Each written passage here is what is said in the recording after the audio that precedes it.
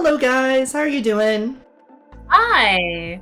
Hello. Well, It's good. Are you here, Curator?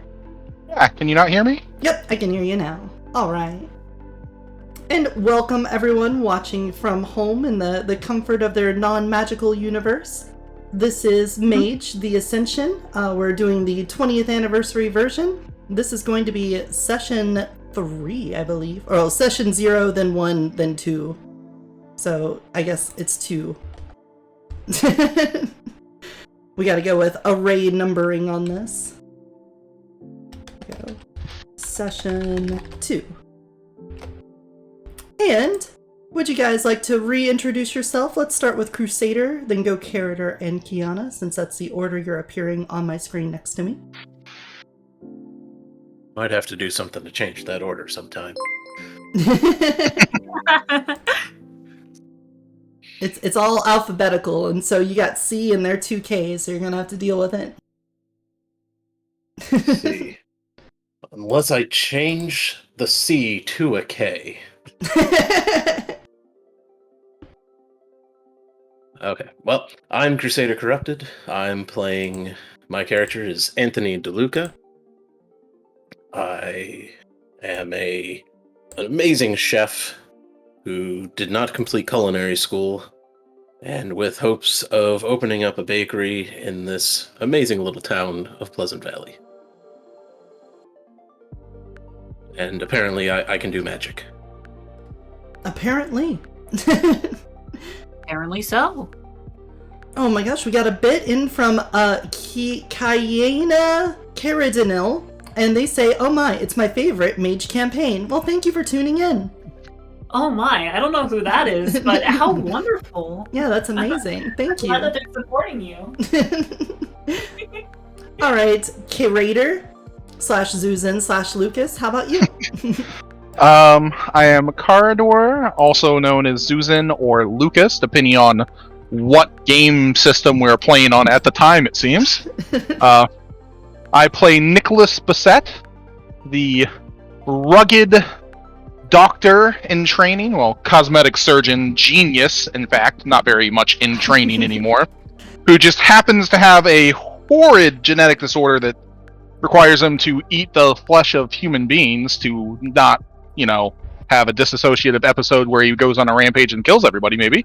We don't know. We haven't gotten to that point yet. But he is also a mage, and he uses that to help people reach their potential in body and spirit to be who they want to be. Wow. And is also trying to help his hometown, which we are currently set in. Yeah. All right, and Kiana? Yes, hello. I am Kiana Cardinal, and I am a mage who does gamey stuff, and I sometimes read. I know. How interesting. What was your character's name? Tortellini? No, it's Gemma Linguini. Gemma is turned sister of the church, and she has come to Pleasant Valley not only to help the local church, which desperately needs it, but also to look for a friend of hers that has just kind of up and disappeared. So yeah. As she do. As you do, friends disappear, you gotta chase them down, just see what the hell's going on. Same old. Yeah, you've heard the story a million times. Yeah. So, we've had quite an interesting couple days in Pleasant Valley. Would anyone like to recap how we got to where we are now? Let's see. You want to go over not just last session, but the session before as well? I mean, if you want to, do a quick wrap up for everyone that might be a little bit behind. Well, in our first session, our intrepid heroes all met up for various reasons in Pleasant Valley, where they were guided by Gimma's spiritualness to find that a house belonging to Nicholas's great uncle was actually haunted by the ghost of a drug addict who also seemed to have a thing about being eaten by insects, because there was a lot of insects. And Sure were. we did manage to save him through the judicious use of opening a door, summoning some light, and hugging a corpse, as you do. Yeah, Yeah. you do. But then, moving on to, that was session 1. In session 2, we had Anthony feeling very generous and worried for Gemma. Decided we should go help her out and make sure she was feeling alright after our ordeal. Where we showed up to have an epic battle with installing a washing machine, which I think might have been harder than, saving the spirit from the night before. True, but we learned how to install a washing machine. Yes! That Indeed. is valuable knowledge that will carry you for the rest of your life. After which, we were going to go give our respects to the family of the poor deceased. I believe it was it Eric? Dallas Folan, who was the person that died and, was being devoured by insects. Nope. And on the way there, Gemma sprung a leak. Don't say it like that. Her mysterious magical book, of which she wants no one to know about, started spraying water everywhere. Yes. And as well as the fountain in front of the church. A mystery which we have not yet solved, but can be added on to the pile of things we're going to be looking into. Yeah. After which, we went to try to get some flowers and food at the farmer's market. Learned that the very obvious villain, who might not actually be the villain, Margaret Williams, the bank manager, was closing down the farmer's market early for nefarious purposes of which we have yet to know. And also bugged our car, we're assuming, with a magical business card. I love how this recap is so, biased with your own personal feelings. Oh, you want someone else to give an unbiased opinion? Then don't ask me.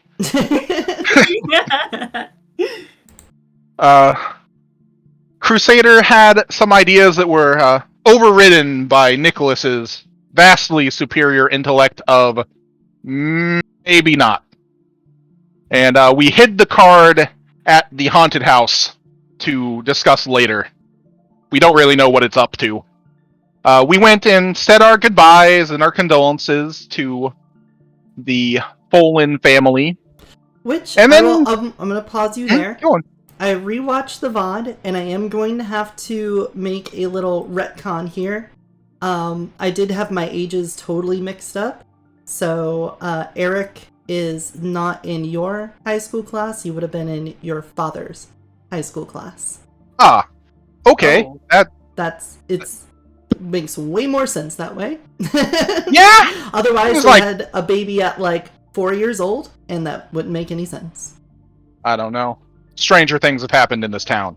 I mean, once magic gets involved, No, there were there were no magical prepubescent babies made. Okay. Gotcha. Okay. Gotcha. Good. I've added it to my notes. Dallas is definitely not a magical baby. Yes. Got it. Despite the fact he obviously has magic. But anyway, yes. So as I was saying, with that retcon as well, I should mention that I am very sure Margaret Williams, the bank manager, is also magic, because she could see a book through, Gemma's sleeve. Just saying. She That's looked a in the little suspect. direction. Look, you can be unbiased all you want. I'm going to jump straight to conclusions. Okay. All right, then. You But- do that, you. After that, I think we mostly decided to go on our own way, making plans to meet up the next day as Nicholas's father and mentor is going to be showing up to hopefully explain things to everybody. Hopefully. Yeah. I Like, what think is that was magic? mostly it. Oh yeah. How do we do it and not blow up? Yeah. Oh, and also Gemma had like a crisis where everything she knew and loved was proved to be wrong. So I'll let her talk about that if she wants. What are you talking about? Listen, I'm just saying, if it, like, listen, you know, hey, like, maybe I have a friend named Jacqueline, and maybe people really fucking hate her in this town. Josephine. And they, like, called her a witch. Josephine, right. Oh, God. Why did I say Jacqueline? That, I know it's Josephine. I don't know why I said that. But yeah, and you know, hey, it's like, listen, just because everyone says that she's a witch and that she was out to get people and everything, And she committed murder and, you know, What? She didn't commit murder. What are you talking about? vandalism, Okay, blowing yeah. up a statue. Oh, okay. Listen, maybe that shook up Gemma a little bit and had her questioning her whole life up to this point now.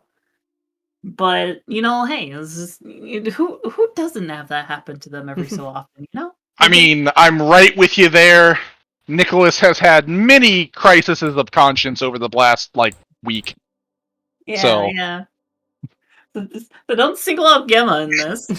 Well, I'd single out Anthony, but he's hardly had anything happen since he almost got eaten by vampires. I mean, listen, I don't have any type of controversial or conflicting points of views, having worked for the mafia as a money launderer and, you know, being assaulted by vampires. I mean, I'm just a regular everyday guy, you know. Yep, he's the everyman, the person we can explain things to, and the viewers can, you know, feel that they're a part of, put themselves in his place. Mm-hmm. So he'll be the main character? Yep, the world-class cook and our social person who's not social. I mean, Understandable. I feel that way sometimes. Again, I didn't want to go around, you know, using my powers at, you know, when people were mourning the loss of, you know, their loved ones. Fair. It's very fair. Magically correcting people's grief isn't something you should do unless, you know, you can do that in a way that's unharmful for them. Like, I don't know, baking them a magical cake that makes them feel slightly better. But, you know, no one can do that. It's impossible. No, not possible. No, I watched an anime once. You could totally do that. Oh yeah, no. I mean, I can give people very intense feelings through food, but there is no magic needed there. Oh, okay. Food gives me feeling. Full unquote food. It's like every food anime ever. Well, that does seem to be about correct to me. I don't think there's anything I really want to put on there other than there were lots of fine details, but that's not the point of a recap. So with that, let's say we just jump right into it. Yes, So, let's. when I last left off, I had you guys have wonderful dreams. Well, some of you had wonderful dreams. And Nicholas, you are awoken by the sound of someone walking around in the house. Oh no. How early is it? The sun's not quite up yet. Did I oversleep? Did he get in early? Well, Nicholas is going to quickly get up, and despite what many people might think, he does not actually sleep in his doctor clothes. So he's going to get dressed with them, despite how it may look on the outside. He'll get dressed quickly and go investigate. Well, it doesn't take long, but you bump into your dear old dad, Gregory Bissett, who is currently in the bathroom brushing his teeth, and he looks at you. Oh, look here! Good morning! I thought you might be up, but...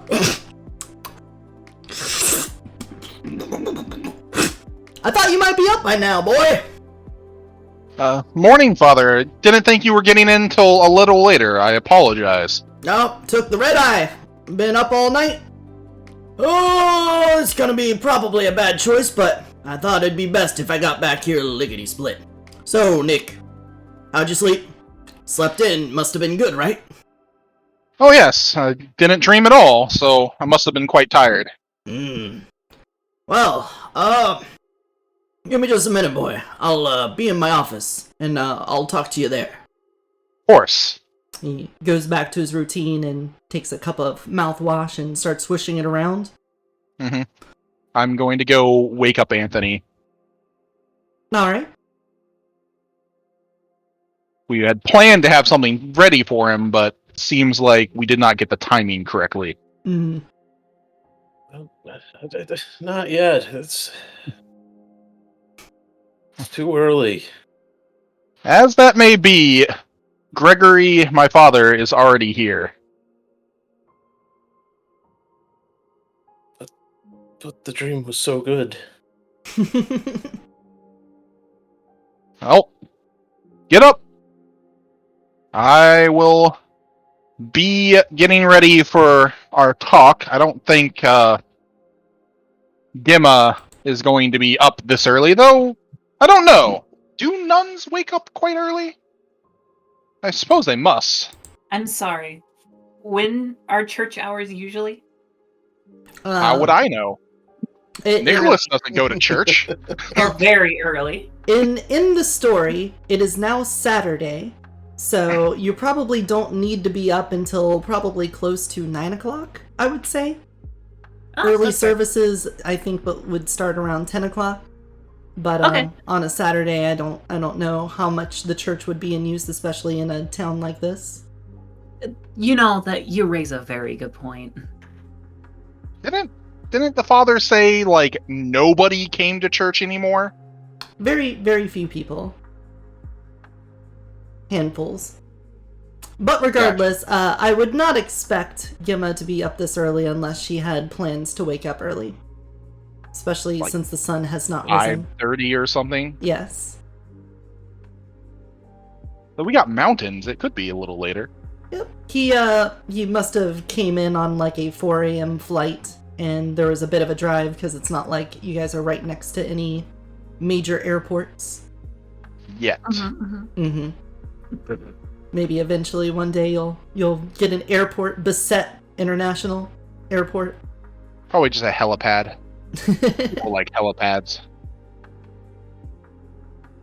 At first you had my curiosity, Well, but now I you guess have it's my time to go cook erection. an amazing breakfast that'll hopefully put this old man to sleep. And we can actually rest a bit. Alright. If you need anything, let me know. You guys start doing your morning routine. He's in his office on a computer that's about 20 years out of date, but he's typing away, pulls out little reading glasses and pecks at the keyboard. Do you talk to him, or are you waiting until after breakfast? I think I'm going to wait a bit. Well, no, I'm going to go in and talk to him first. I want to say a couple things in private. Alright.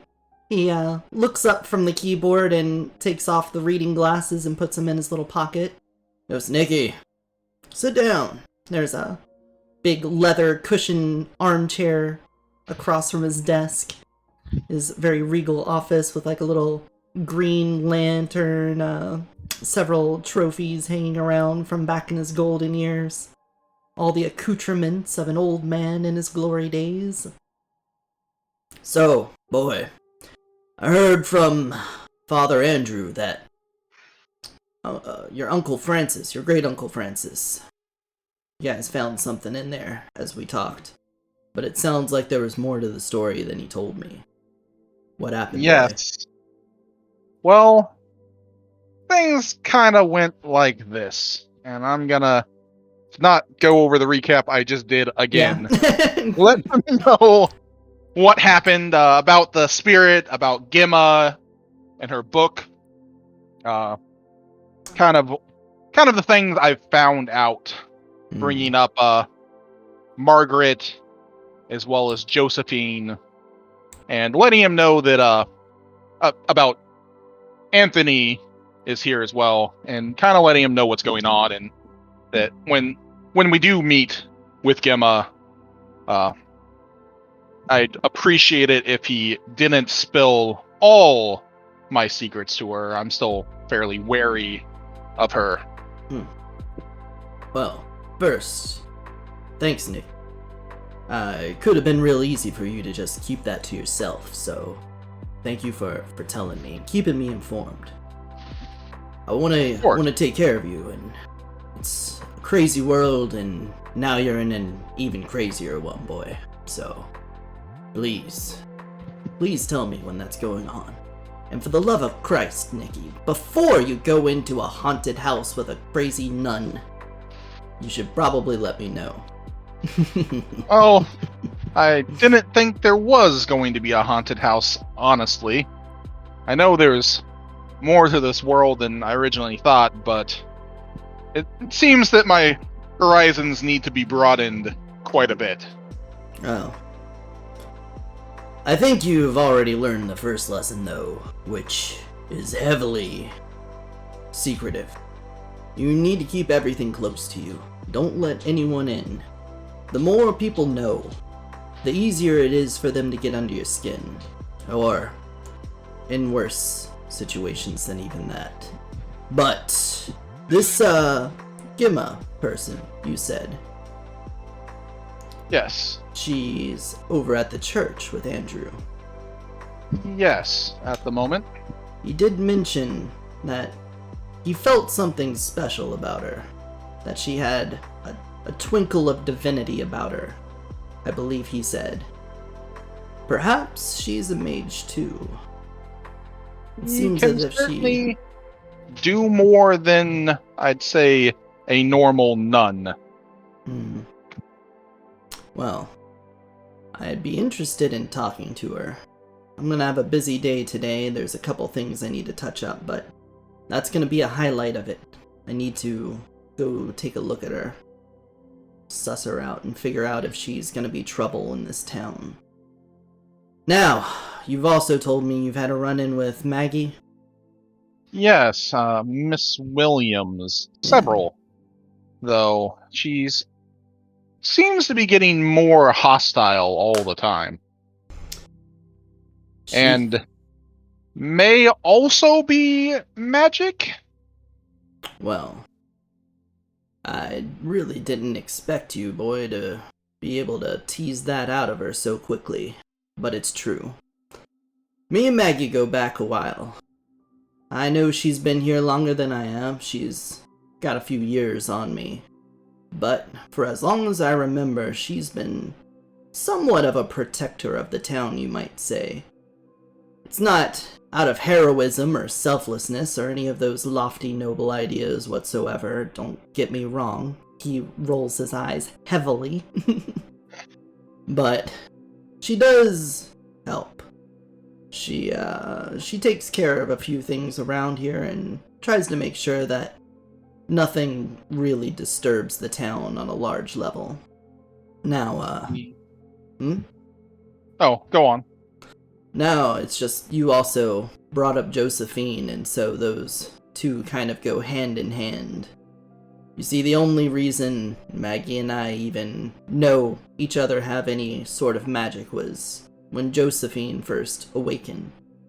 Very, very young. Of course, her parents had no ideas, and she just kept will working, and it was a disaster. The townsfolk, of course, picked up on her troublemaking, but only Maggie and I knew the real extent of it. There were times where she would do vulgar things in front of her friends and cause disastrous levels of paradox to herself and those near her. Nick, it's gonna take a lot of explaining, but let me tell you a thing or two about magic. I told you before, when you first started becoming aware of your own abilities, that to not do it in front of those who had not yet awakened.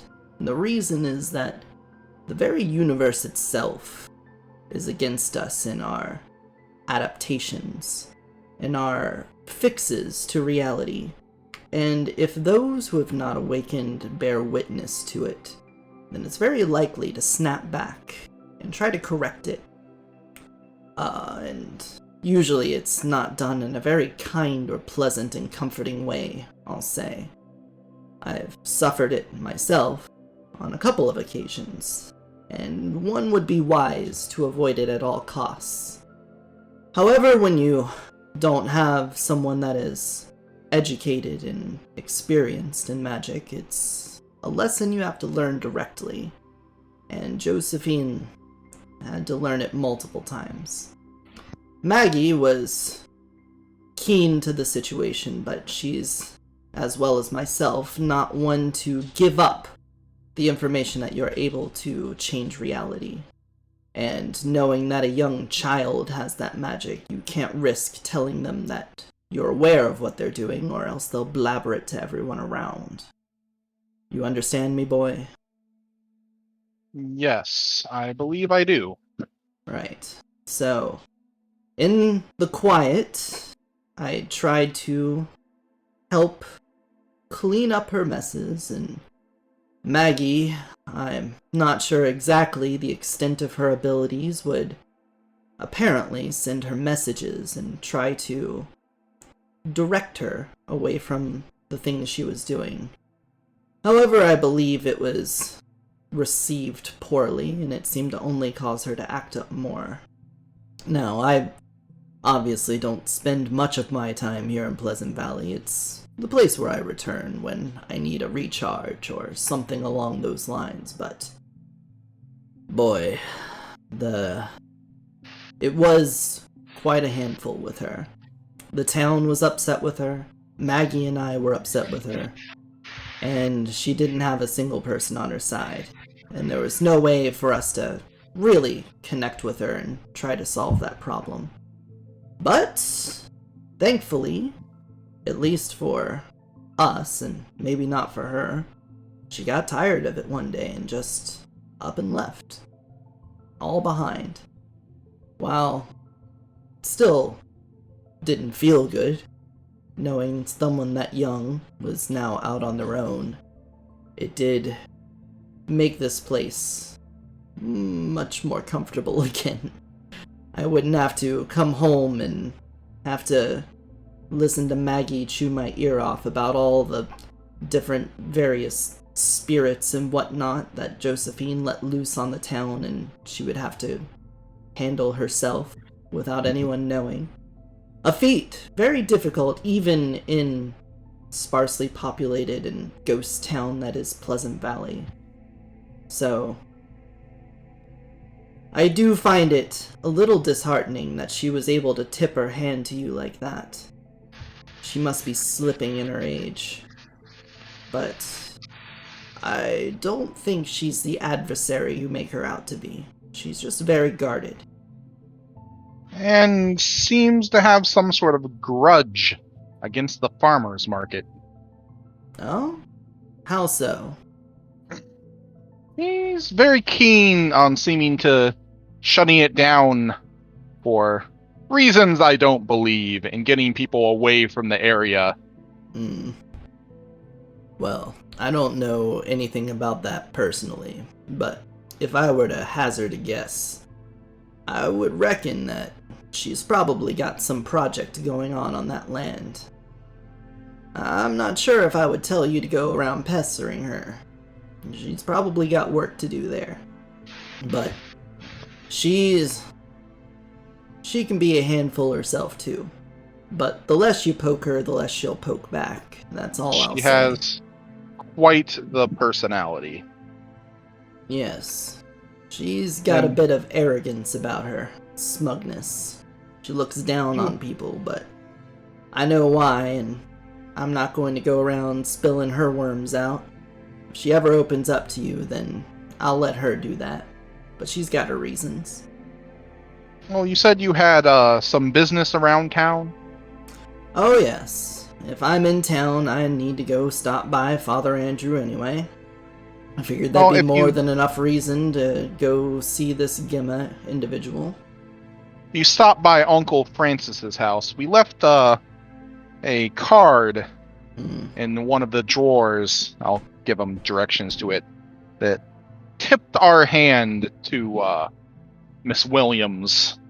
I think, though, she may be getting a little sloppy. She also didn't quite know how paranoid this whole thing has made Anthony and I. Hmm. Well, again, she can be quite a handful. I wouldn't want to be on her bad side. I would say Does she have a good side? I would say she's got a good side. It's nestled in there, but I know she does something behind the scenes that she considers very noble, but for her own reasons, she's never divulged it to me, and again, it's not like we've had very long and personal conversations. As far as I know, at least to the public eye, we're at odds with one another, because she wants us to sell off our property, and I quite enjoy what we have here, so I'm not willing to budge on it. Don't see how we're going to get along with her, as I plan to be acquiring more property rather than getting rid of it here. Well, I'll leave that to you, boy. I trust you. That's not my place, and I'm needed elsewhere in the world right now. But well, then, I've always would got you time. care to come see Anthony and have breakfast before you head off? Absolutely. Take me there. I will. He's... Show my father through his own house, I suppose? He locks his computer and lets you lead him back to the kitchen. And here we have the bathrooms, and over there is your drink. Alright. Anthony, how are things going? They're going wonderfully. This must be the baking prodigy I've heard so much about. Well, hello, Mr. Bissett. How are you today? How was your flight? It was wonderful. Quick, painless, easy, as all flights should be. Now it's just a matter of the sting of talking to people I'd rather not, but I can't make an entrance in town and not say hello to a few familiar faces and shake hands and exchange stories I've heard 10 times because they've already forgotten they've told me them, but I'm sure you're aware of how that is. And he holds his hand out to shake yours. Oh, absolutely. I hope to be able to prepare a meal to revitalize and give you the energy needed for the day, and I'll shake his hand. Well, I look forward to it, young man. I do need something around here other than that dreadful McDonald's. Yeah, everyone keeps talking about that. Well, most, used to be a couple diners around town. Or you could find yourself something nice to eat at a friend's place, but considering the number of people that have skipped town and the diners are all closed, your only luck is going to the farmer's market and grabbing something to make for yourself, and when you got a lot of toil out in the sun for most of these people, or you're just in a retirement, well, those aren't things you're looking forward to. So I guess it's down to the old McDonald's. The only game in town as far as food's concerned, so hopefully this all works out for you. Yes, I do hope so. It's a terrifying thought that McDonald's is the only place to eat. It is a nightmare, truly. Well, how fancy of a breakfast is this going to be, Anthony? I want to go all out. All right. Then let's get your dexterity crafts cooking with your bonus, and let's do it at difficulty 9 then. All right, let's see some willpower and quintessence You know what? adds. I am actually going to spend a point of willpower on this. Okay. I really want to impress Mr. Bissett, who did not believe in my skills. All right, then that will give you an additional automatic success. You have to declare that before you roll, or can you also declare it afterwards? I believe before the roll. So that will give me 1 success then. Yes. Because the 1 cancels the 10. Yes. You were at 0, so you would have made a kind of middling dish maybe not even one that you're proud of. But the success puts it in the territory where you did everything you wanted to do pretty much precisely as you wanted. It's such a small gathering. I don't think you needed multiple successes for your father and for Nicholas and yourself, so I think one His success father's should be... here too? I mean, Nicholas's father, Nicholas, and himself. I have already messed up my throat by doing Gregory voice for too long. That's great. So the breakfast is wonderful. Do you want to tell us what you made? I did not really have anything planned. Omelette du fromage. Could you some nice scrambled eggs and pancakes? That's high class, right? Mm-hmm. I was thinking like some eggs Benedict. Up with caviar and gold dust and Just as much as I can with what I have to work with from this town. Mm. oh, sheep stomach. Maybe some nice croissants. Well, that was an absolutely marvelous meal. I see great things in your future, Anthony. Thank you. A pleasure. Well, Nick, you've got a great eye for business. Even if, I am not sure how bright of an idea it is to move your practice back to home, I can tell that this man here, you're gonna want to keep him on as your personal chef. Yes, was the plan. Oh, see? You are a bright one. Well, I'll leave that part to you. I'm sure you've already got everything hashed out for the bakery. Now, before I try to take a midday nap to make up for the flight, what do you say we go straight over to the church? Pay them a visit.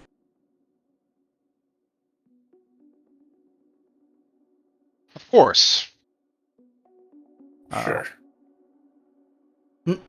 He wipes his mouth and dusts off his hands, goes back to his office and grabs a briefcase he had brought in there with him, and heads back out to a car. It's a rental, but it's a nice one. No. He has cars at the house. That's right. So he will take one of his luxury vehicles. Come on. I don't get to drive often, but I'm feeling like it today. Not the best endorsement of let's have a drive. I don't drive very often, but Well, I usually have a chauffeur with me, but this isn't a business trip, so I can't write that off as a business expense this time, so I'm just going to go ahead and strap in. all right. Yeah, I don't drive very often, but when I do, I make sure other people are in the car with me. They head on over to the church.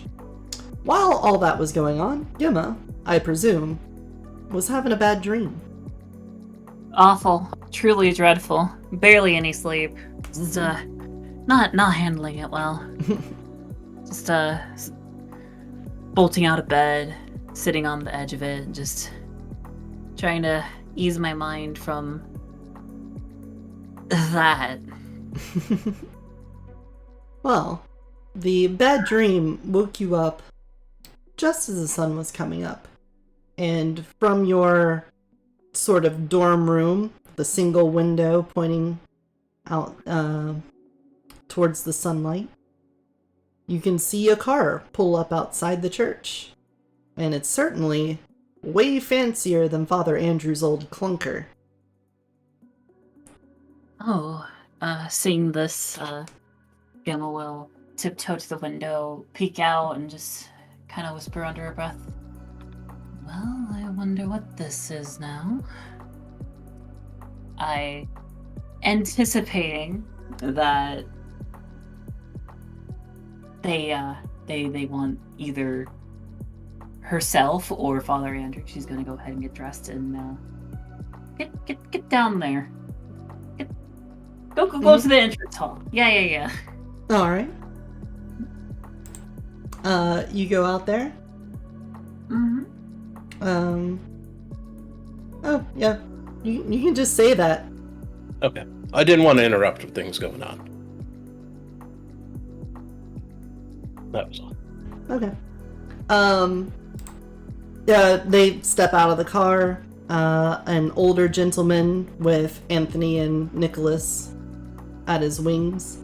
They step into the church, and Gregory is like, looks like we're here before Father is here. That's strange. I feel like in the past he's almost lived out of this old place. Then again, and he rubs a finger on a dusty pew and goes, well, maybe it seems like even he's given up on the place. Well, do you know where she lives? Does he have a house for her, or a residence? Father. Yes, I believe he has a place, though. He's always been here when we've shown up. Yeah, As Gemma, I every believe time- she sleeps here, so she should be here at least. Whenever we show up, they're just around. Well, about this time, Gemma should be able to come downstairs if she wants. Yep, I shall, and I will see. First off, Gemma will see these two yahoos, but then Yes. focus her attention on this other gentleman. Stands And- before you a very tall man, head taller than both Nicholas and Anthony. He has a big gray bushy beard, and his hair is still on his head, slicked back, but it's starting to recede. He dresses very nicely. He's wearing a long sleeve button-up shirt with a vest over it and some trousers with a very fancy belt on and what looks to be very nice shoes. He looks like he's about to go on a business trip and is way overdressed for the yokels of Pleasant Valley. I see. Very fancy. Gemma will walk up and give a very curt bow before saying, good morning. What brings you lot to our dear house of the Lord? Early. Gemma. I believe I mentioned this is my father. We had Oh. plans to meet up for a discussion at some point, I believe, today. Oh, yes, that you're right. Forgive me. I have only just awoken not too long ago. Good. So it's you haven't had any breakfast yet? This is correct. I have not. Actually, I should probably go ahead and get a drink real quick. And at this, Gemma is going to I forget the proper name for it, but most churches have a basin of holy water. Mm-hmm. And she just takes a cup from the kitchen and just scoops some of it out and just starts sipping on it.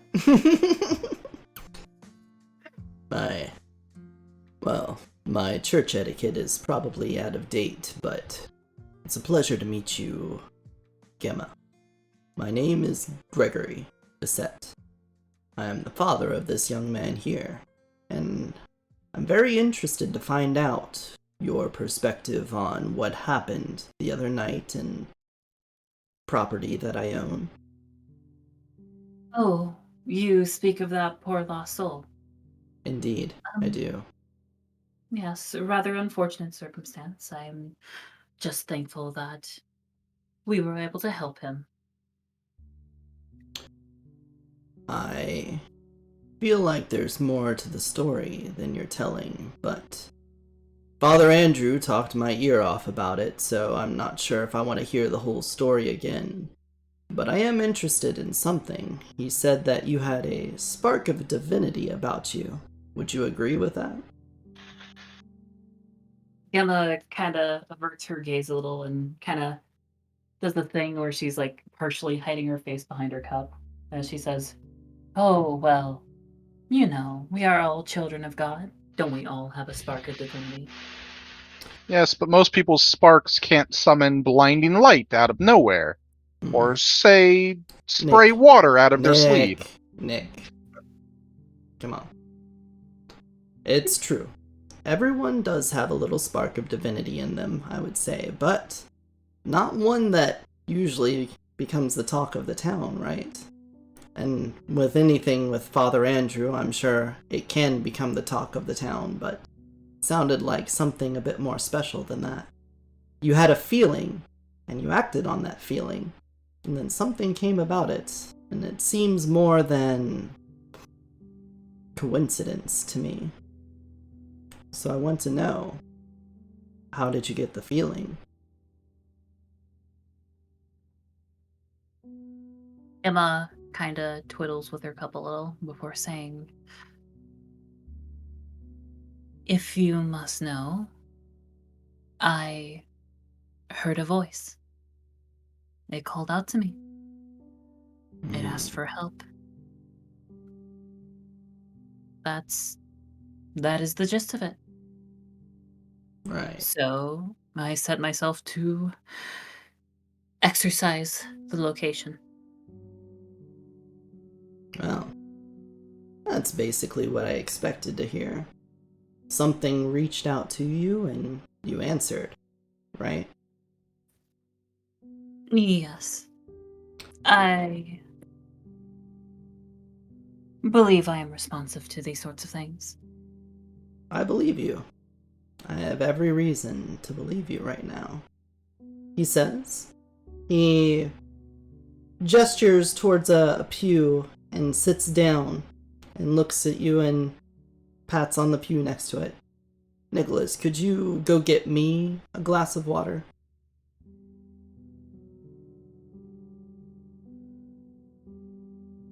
Nicholas? Sorry, I was muted. Of course, I will do that. I want I to will be you back. take your time. And, Anthony, could you please help him? Sure. First, Gemma here. I did bring this for you. I realized that our coming here was going to be rather early. And I'll hand you some of the food of the leftovers from our breakfast. Oh, well, this does look rather fancy. Thank you. You're welcome. And then I'll leave. He waits for each of them to go into the back room. Gemma, Now to loot the church. I believe there's something more to this than what Father Andrew has to say, and I am a little concerned, because it sounds like you might be in over your head, and I don't want anything to happen, especially with this now on my conscience, so let me ask. When the voice reached out to you, you answered, how did it feel? How did it feel? Right. Do you mean the voice, or The experience. the overall experience? Right. I presume it's the first time? Or is it? Yes, this is the first time this has happened. Hmm. Oh, well, the entire experience was anxiety-inducing. Hmm. I was afraid.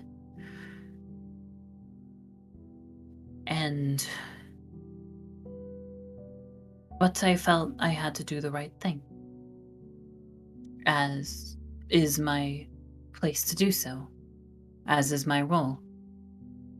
I am on this earth to do good. And with everything settled, I feel at peace with what I have done.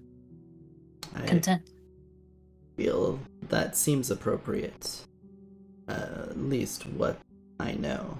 And I do have to thank you. It sounds as if you've done not only myself a favor of helping my boy and his companion there to clean up a house, but also to bring closure to a family that I know and will need to be stopping in to say hello to today.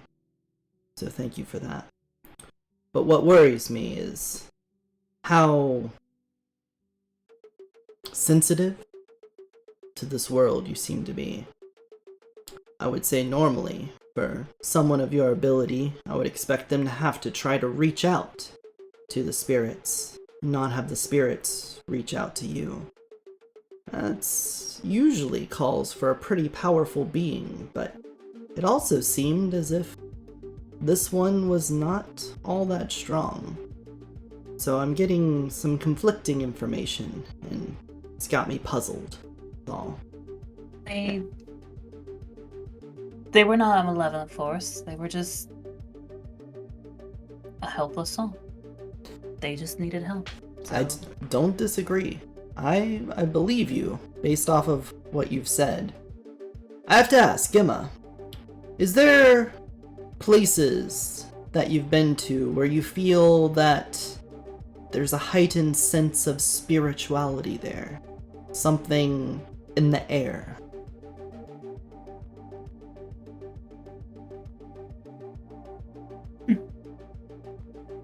You know, it's funny. You almost sound like someone I know.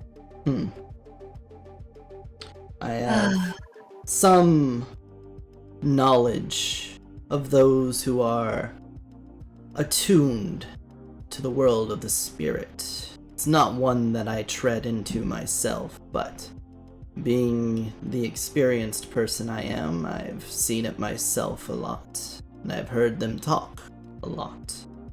And I have a diagnosis for the condition of your sensitivity. It sounds like you're familiar with the idea, then? If this is something you've heard before. I am aware of what you were talking about. Right.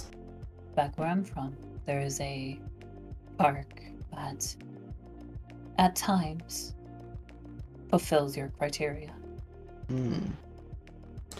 You see, when you deal with the spirit, there is a sort of barrier that blocks the spirit from entering this world.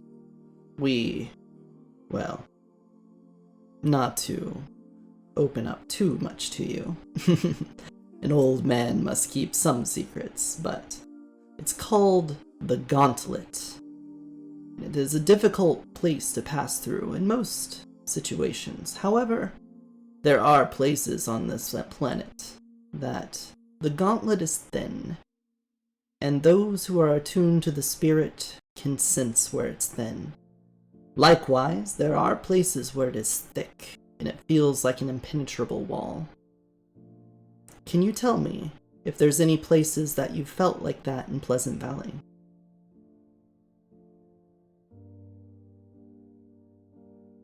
Where it's thick, an impenetrable wall. Or thin. Barely even a thin piece of tissue paper over the spiritual realm. Have you felt either of those? Gemma gives it a little bit of thought and considers if the two places that she would be familiar with that being the church or the old estate, if either of those would really count.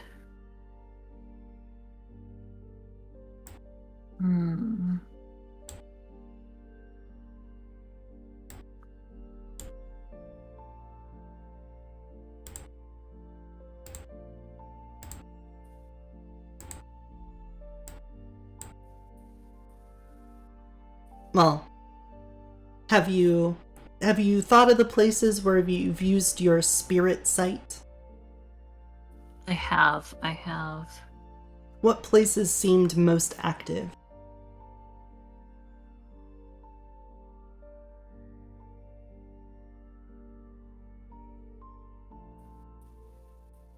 Hmm.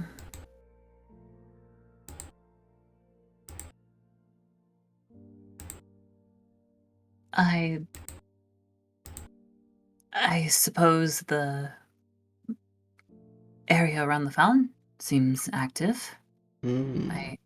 I suppose. And what makes you think that? What's the feeling that you get around there?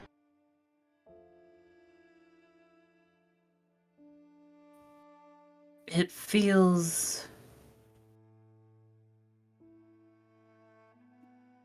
active.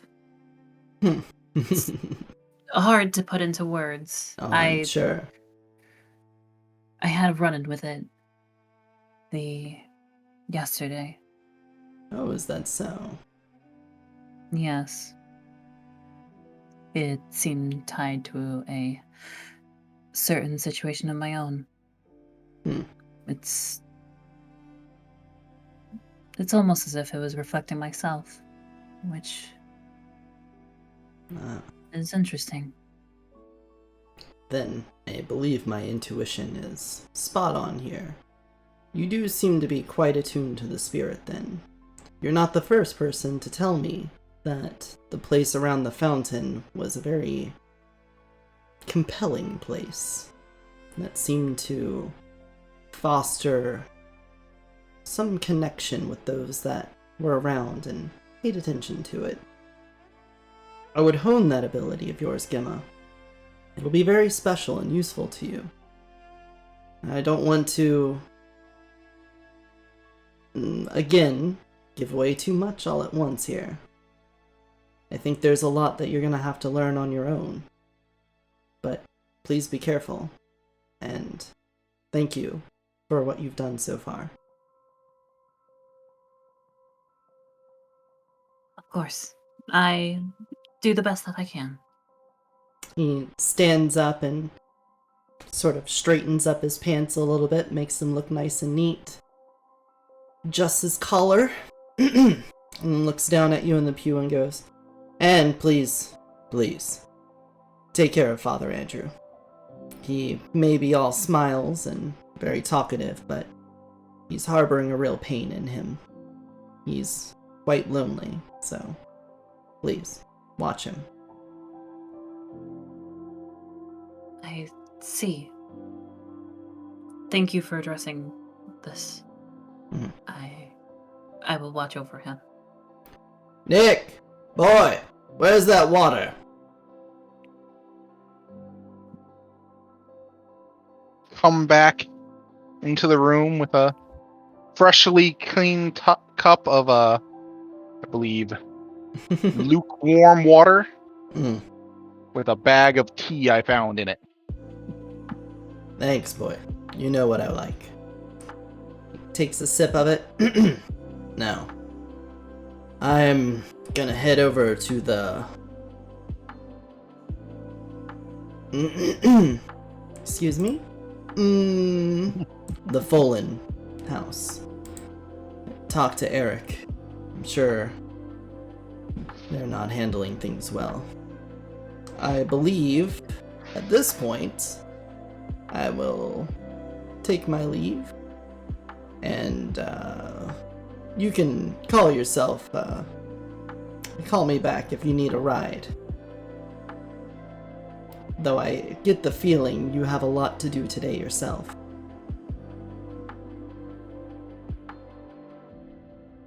Have a good trip. Would you rather us all load up and I can drop you back off at the house? I believe we can handle ourselves, can't we, Anthony?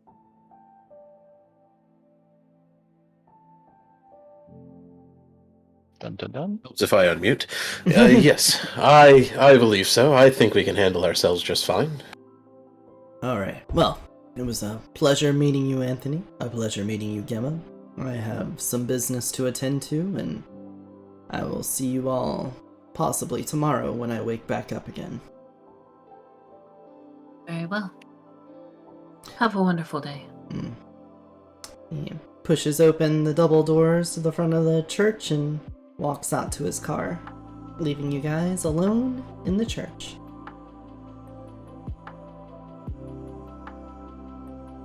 Well, I hope you had a fruitful conversation. I suppose so. It was a pleasant conversation, although... Anyway, what exactly are you two doing here? Being pulled along in the whirlwind that is my father. Oh, I see then. To be fair, I'm not really sure if we were just going to be excused outside. Well, if you want to stay, you are welcome to do so.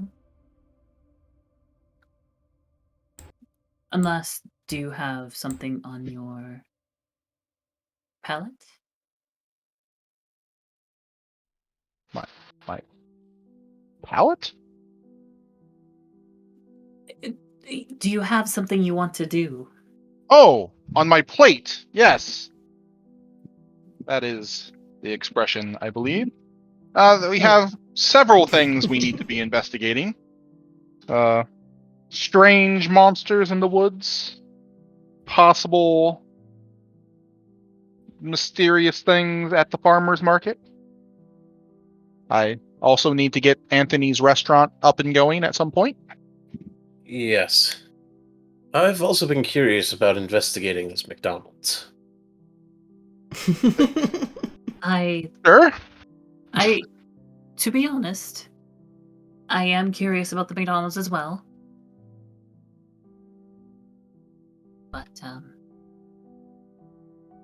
mainly Suppose because if there's any places of great spiritual evil in the town, that might be one of them. It very well could be. all of you seem to have a very bad experience with this McDonald's. Honestly, I don't think I've ever been there. It's very low quality food. It is cheap because, well, the food is cheap. I see. Very well then. Did he give you a rundown on your special nature or anything of the like, or do we need to have another conversation about that at some other point? Oh, he just talked about divinity and spirits and the gauntlet. I'm not. I won't lie, it sounds like some of the things that would pop up in my book, but oh well.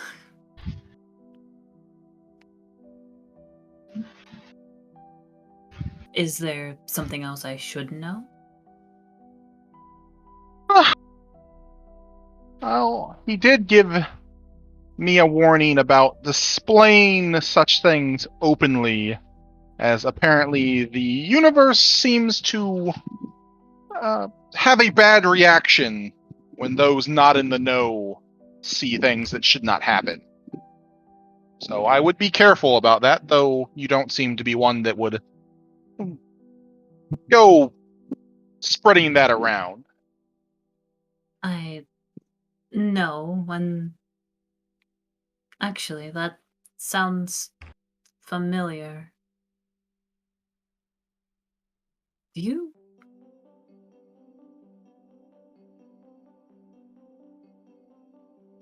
Do I? How actually are. Why is your father so knowledgeable on these things?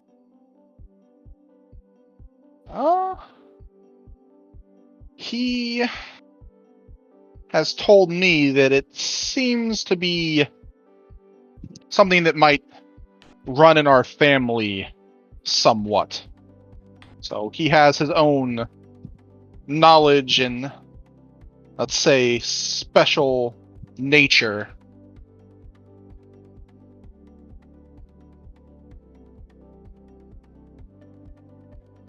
Emma just starts to squint at this man and goes, Are you trying to say that you have some form of... She just kind of like makes like whooshy Whooshy. whooshies with her Whooshy hands. hands. With the Whooshy whooshy hands. I mean, I am, in fact, a doctor nearly without peer. I would say completely without peer, but my humbleness would not allow such a thing, especially in the church. I am the most humble. You can ask anyone. Yes, so very humble. I'm the most humble.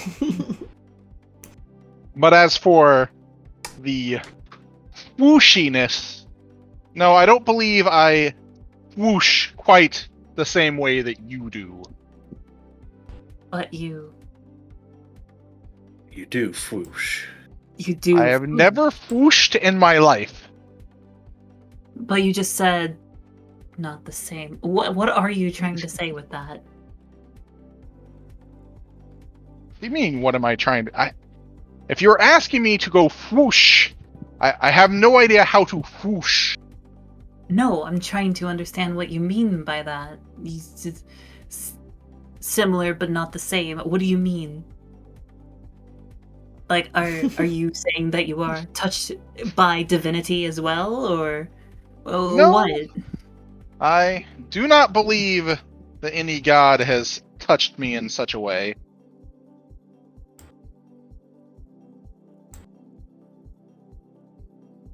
Though I will admit to somewhat of a enhanced ability in my medical profession, though I do not necessarily believe it is whooshy, as you might put it. I am just quite good at what I do. Is it unnatural? Are you... Are humans unnatural? Is the body healing itself unnatural? How about taking a burn victim and nursing their mind and body back to health over the course of several weeks and hours of surgery? Is that an unnatural thing? No, I believe I am quite very natural, Miss Linguini.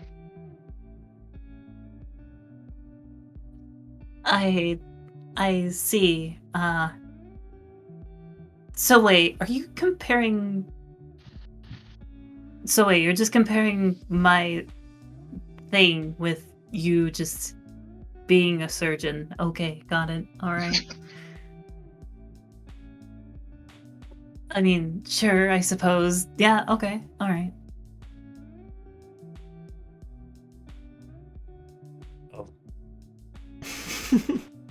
I guess we'll just keep dancing around this.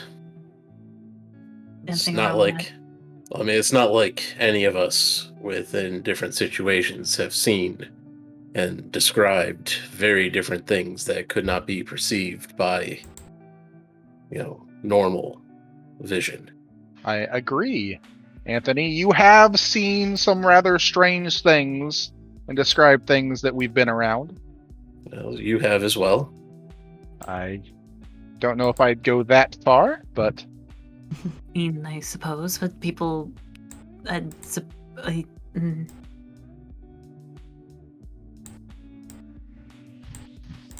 Look, Emma just... Yeah? if you have some time after, I believe, church service starts, I wouldn't want to keep you from that.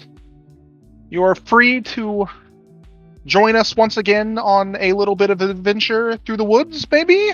And we can chat more where we aren't possibly going to be overheard by the good father when he arrives.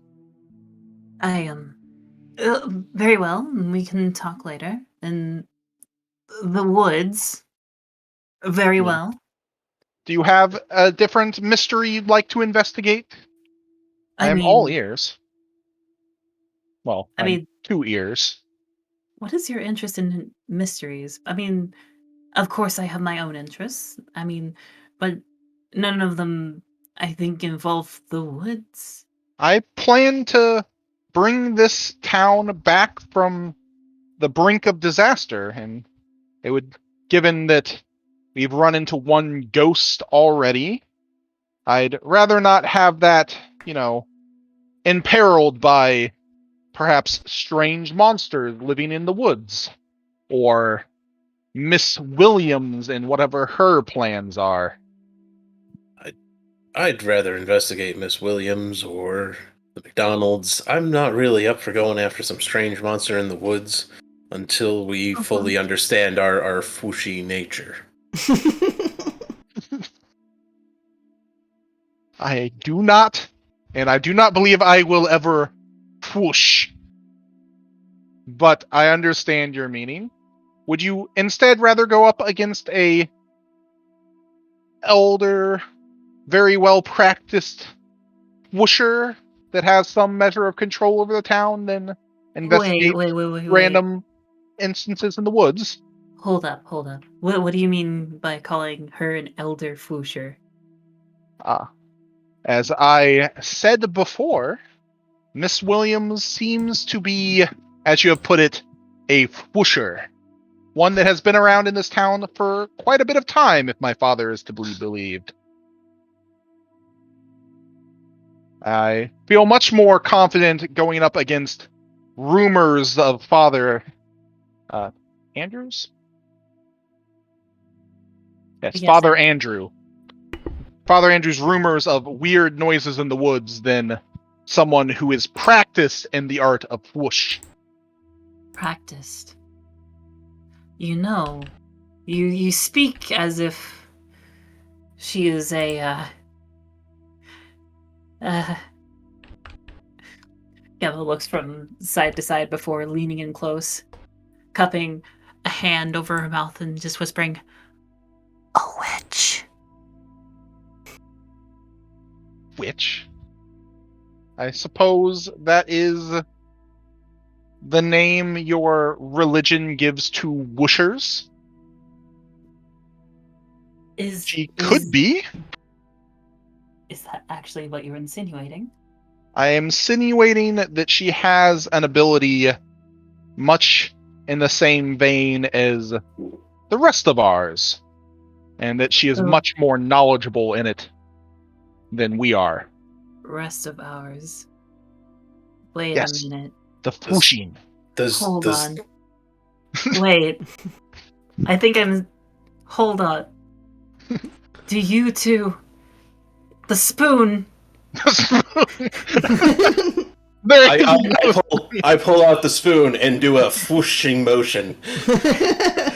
Dude, do you two practice witchcraft? I practice medicine. Is that spoon for your cauldron?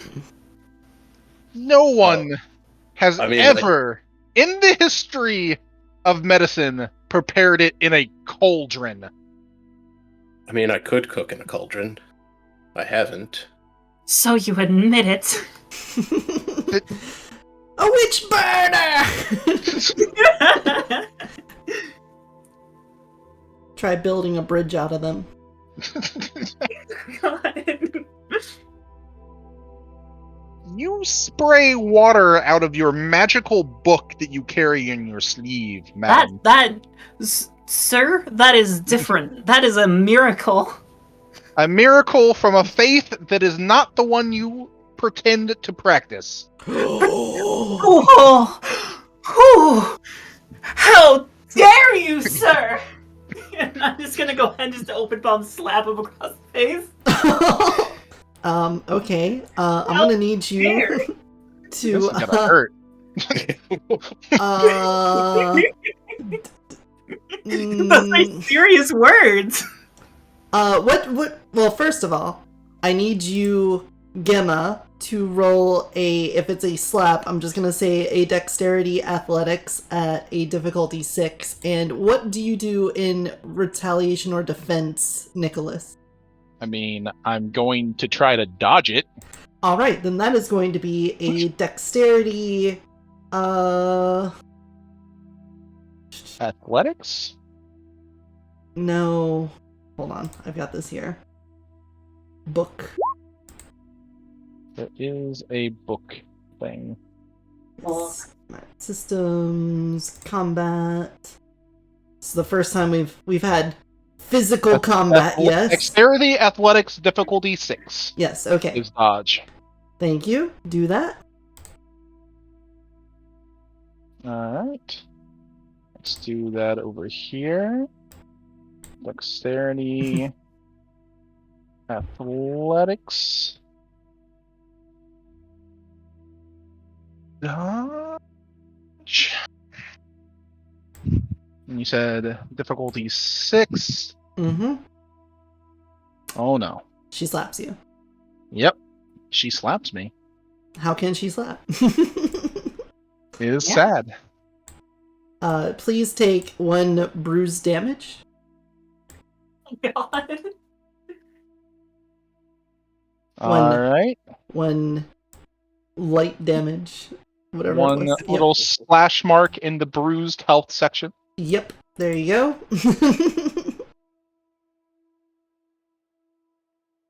And continue. How You deserve that. Ow. dare you say that about me? I have devoted my whole life to the church. So don't you start accusing me of not being faithful. Oh. Kevin's just gonna turn on her heels, just stick her nose up, cross her arms over her body. Oh, I suppose I should turn the other cheek then.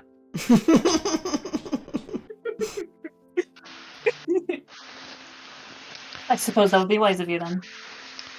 Yes. Well, have fun practicing your miracles, Miss Pastafarian. I believe I am going to go take a walk. You go enjoy that.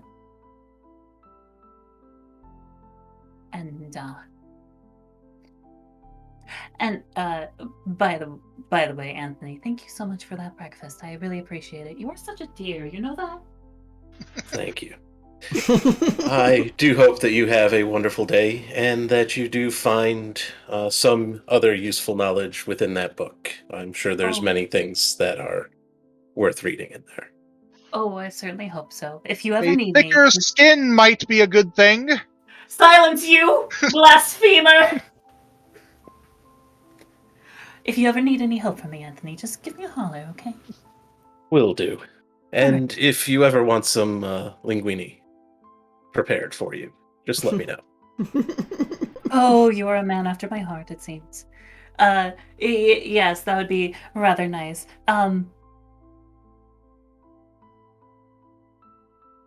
Keep an eye on him. I try to.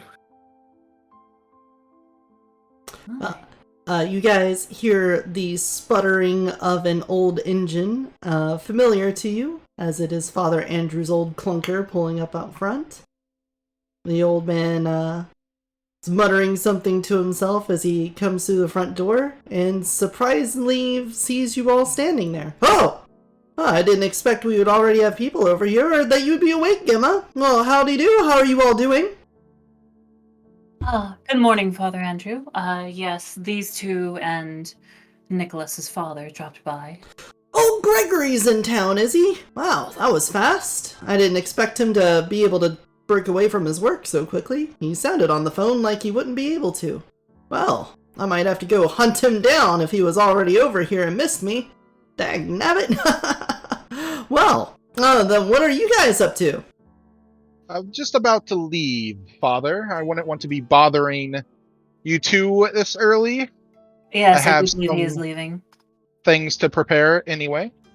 Oh, well, it's only a Saturday, and I think with everything going on, there's probably not a lot of people that will be showing up, so Gemma, if you wanted to skip out for today, that would be absolutely fine. I think I can handle things. You are up dreadfully early today. Oh, yes, well, you know, visitors and all, but are you sure you don't want me to help with service? No, it's fine. It's fine. I can see on the look of your face that you're just wanting to get out of here. I can't blame you. You've only been in the town for a couple days, and I feel like you've spent almost the whole time cooped up here. Oh, Father Andrew, you shouldn't have. You know, people tell me that a lot when I talk with them. Kind soul. Very Christian, the man. Well, I do my best. Now, come on. Also, what's that? And he points next to your feet, and there's a little teacup on the floor with a chip out of the side of it sitting next to your foot. What actually is this? That's not my cup, is it? Oh, And it's well, not. I don't think it's any of our china or any of our dishes or whatnot. Did Gregory? No, that looks far too old and Chef, unwell is kept this for yours? him. Anthony, is this yours or? I mean, perhaps I think if it looks so old, maybe we should go and look into it and see where it might have come from, or just some information about it. You act like this thing came in here of its own volition. I don't know, one of maybe my lost sheep may have brought it with them for some reason or another. Yes, if we can find where it goes, then it'd be nice to return it to its home. Exactly. I see. I'll go ahead and stoop down and pick it up and take a closer look at it. It's an old piece of ceramic. It is very small in size. It wouldn't hold very much liquid in it, but it's a teacup. It looks like it has dirt on it. Like, not even just dusty, like it literally has dirt caked onto it. Well, that's odd. It looks like it's been buried, maybe? It's all dirty. Well, maybe it was not so much an actual cup, but maybe it was like some kid's toy or something. Maybe something left outside. Maybe someone found it and brought it in here and just forgot about it. Whatever. Might just be some garbage then. Again, it's nothing of ours, so you can keep it if you want. It would just be nice if we found who it belonged to and we can give it back to them. Well, yes, I suppose so. I think we could go ahead and bring it to the Lost and Found. We have one of those, do we not, Father? Well, it's basically just my office and the little Tupperware tub I keep back there, but sure. You can find it with a bunch of other phone chargers and whatnot. Just place it in there, and I guess we can ask the congregation tomorrow when we have a full service. That sounds like a wonderful idea, yes. Well, I mean, if it's going to be waiting to ask about it, I wouldn't mind taking it with me into town. There is a thrift shop, is there not? Maybe they could help with some information about it. Yeah, there is the old antique shop if you wanted to take it over there. Not sure what the value is, but hey, it wouldn't hurt. And it gets you around town and maybe you can meet some new people. Well, Exactly. Sounds like a win for everyone. Gonna step out of Father Andrew's view and make a little whooshy motion at them. I see. I don't know how comfortable I feel about. Well, I suppose maybe a thrift shop would have a decent idea of as to perhaps the set and owner. I suppose that's a more active role. Small town like this, I'm sure they would know who in this town would have something like that. Very well then. I suppose I could go along with this fine gentleman and his friend, and we can go to the thrift store. Perhaps? Question mark. Smiley face. That's what I would prefer to do.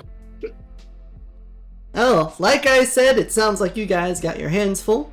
I'm gonna get back here and get ready for tomorrow's service. I've got a little bit of clerical work to get done, and as much as I would love to stay and chat, and you know I would, I do actually have to do some work sometimes, so I gotta get to it. I'll leave you kids alone. And he Very well. heads to his Have a- office. Have a wonderful day, Father Andrew. You too, Gemma. You two, follow me outside. Let's investigate. Of course. I am going to pull out a surgical mask from my kit and put it on before I follow them out. Okay. Just to clarify, neither of you just put this on my feet to Hey, Sophia. bait me, did you? Nope. This is Oh yes, I whooshed a dirty teacup at your feet in revenge for my poor, tender, bruised cheek. I don't know what to tell you. You had that coming, but I'm going to set this. The fountain has a bench by it, right? Yeah. It does. Yeah. I'm gonna set the teacup down on the bench and just kneel down by it, and I'm gonna go ahead and pull out my book. And I think you know what's about to follow. So I'm gonna figure out like what is up with you, little teacup? What little secrets do you have? Go ahead and flip it open, and I'll go ahead and do my arete for this. Okay. Difficulty 4 for this, right? Correct. Okay. Oh God, no! Ooh, it's... Um, Oh no, it's not a botch, it's just a 0. Not It's yet. just a 0. But, yeah, you open up the book, and, you know, you look through it, and you flip the pages, but something has got you upset, and you're unable to really focus, and it's kind of made you lost sight of your own ability to tap into the spiritual realm. You know, it's really hard for me to focus right now. It's like something is really irritating me and just made me really upset. Gosh. Oh, what I could think- that possibly have been? Perhaps I you don't should pray to one of the deities in that book of yours. I just wonder which one you most identify with. What the- Go- ooh. The dungeon might I- change, right? Nicholas, you do something before I. Oh. Oh, would you like to commit a second crime today?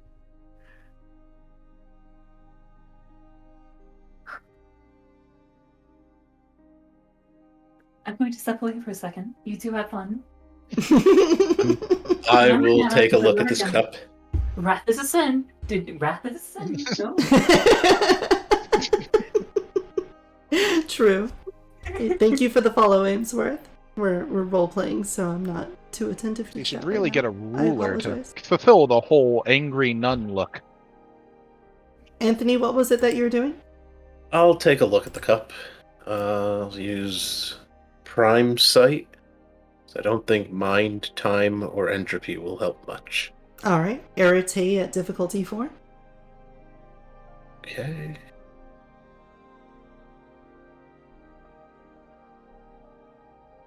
Difficulty 4. Well, Nice. So you can see that the cup has a little bit of a glowing ember to it. It's like the ceramic on it has a soft glow and just the ever faintest bit of flare coming off of it. It's light. Like, compared to the card that you saw yesterday, it's like magnitudes less intense. Oh, there's something there on it. But I don't know. Like, I don't really have much to compare it to. Definitely nothing like the business card. But maybe it was just affected by some flooshing and not fooshed itself? Or It's maybe not it does have an made effect. whoosh. Yes. Or maybe it just has a small effect on it.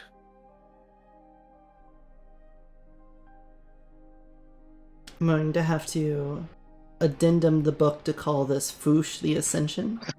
Yes. There are no mages. We are fooshers. Whoosh. But yes, that's what you see. I don't suppose you could add any type of insight to this, Nicholas? Well, give me a moment. I suppose I could appraise it. I'll take the cup and I'll give it a good examination. Hey, Cyberraptor, thanks for stopping by. Let's see. I don't have anything specifically like. I don't think is appraisal a thing.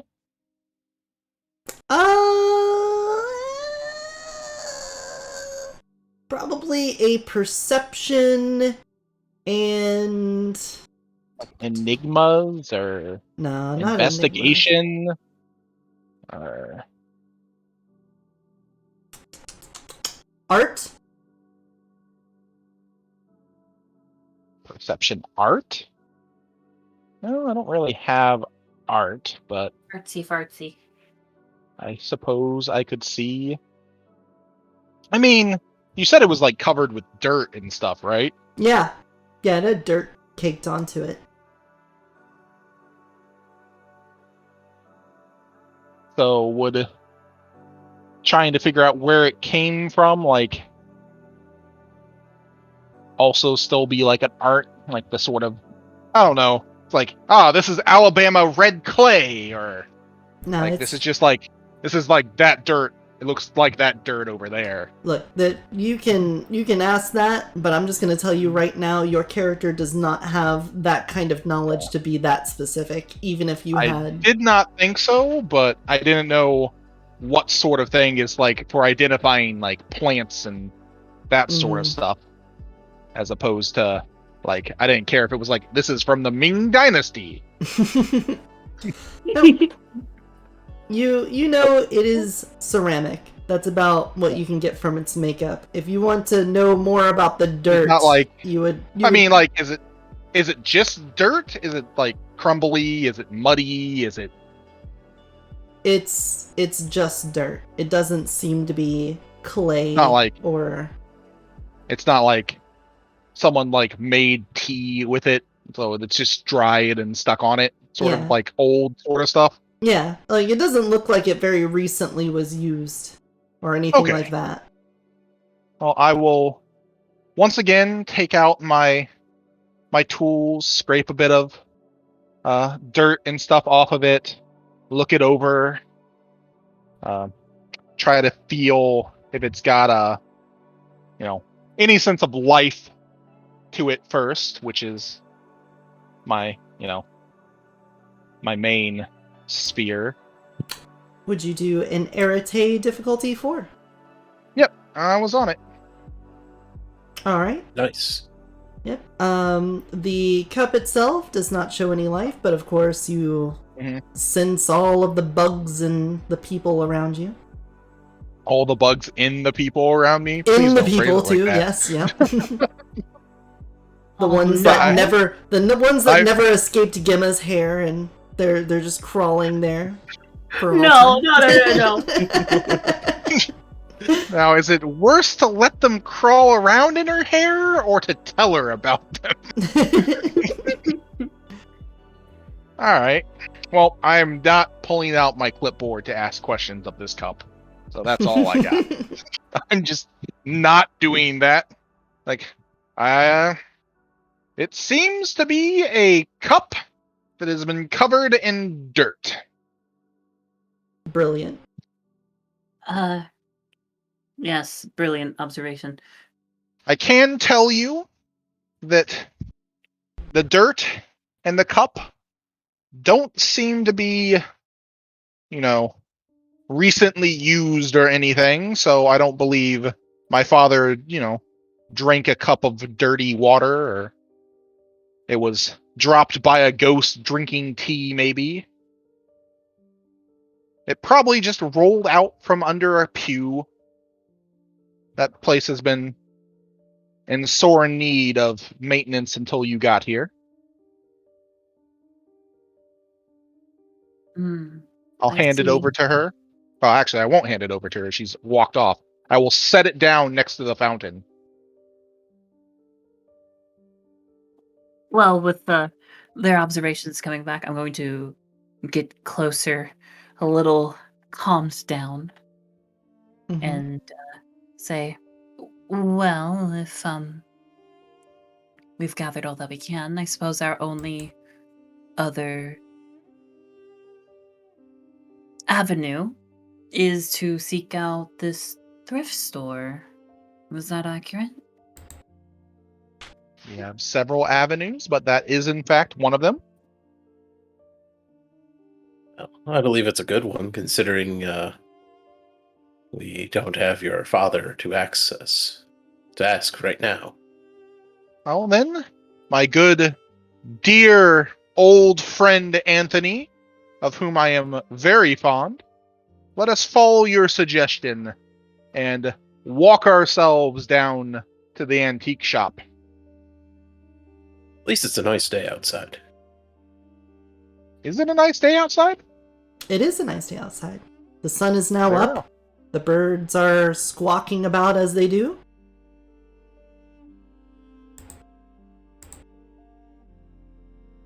I assumed it was a nice day. It'd be really weird if we were standing in like the pouring rain. Yeah. I mean, pouring rain and also very hot or uncomfortably cold or, just muggy. And there's differences. True. It's also very early in the morning still, so it could still be quite cold. I don't remember at the moment what time of month it was or time of year it is. It's summer, I believe. We're next to snow-capped mountains in the picture, so I assume we're at some elevation. Yep. So still, that should still be, yep, good.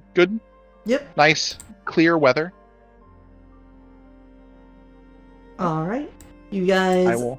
head on down to Main Street, where the mostly boarded up businesses of these places are left relics of the past.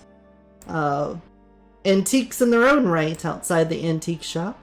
The only places on Main Street that don't seem to be boarded up is there is a bank, a courthouse, the city hall, an old theater, a gas station, and the antique store. Are the boarded up ones, do they have like for sale signs or for closed signs or Yeah, they're anything just like that? like leased out properties, and they all say to the bank, Okay. the Pleasant Valley First Bank. I'll make note of that.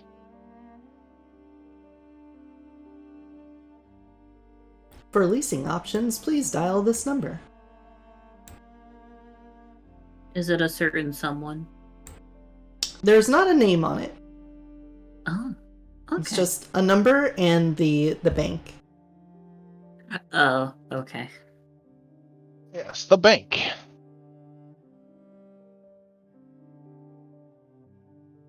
Le Bank. La Bank. Yes.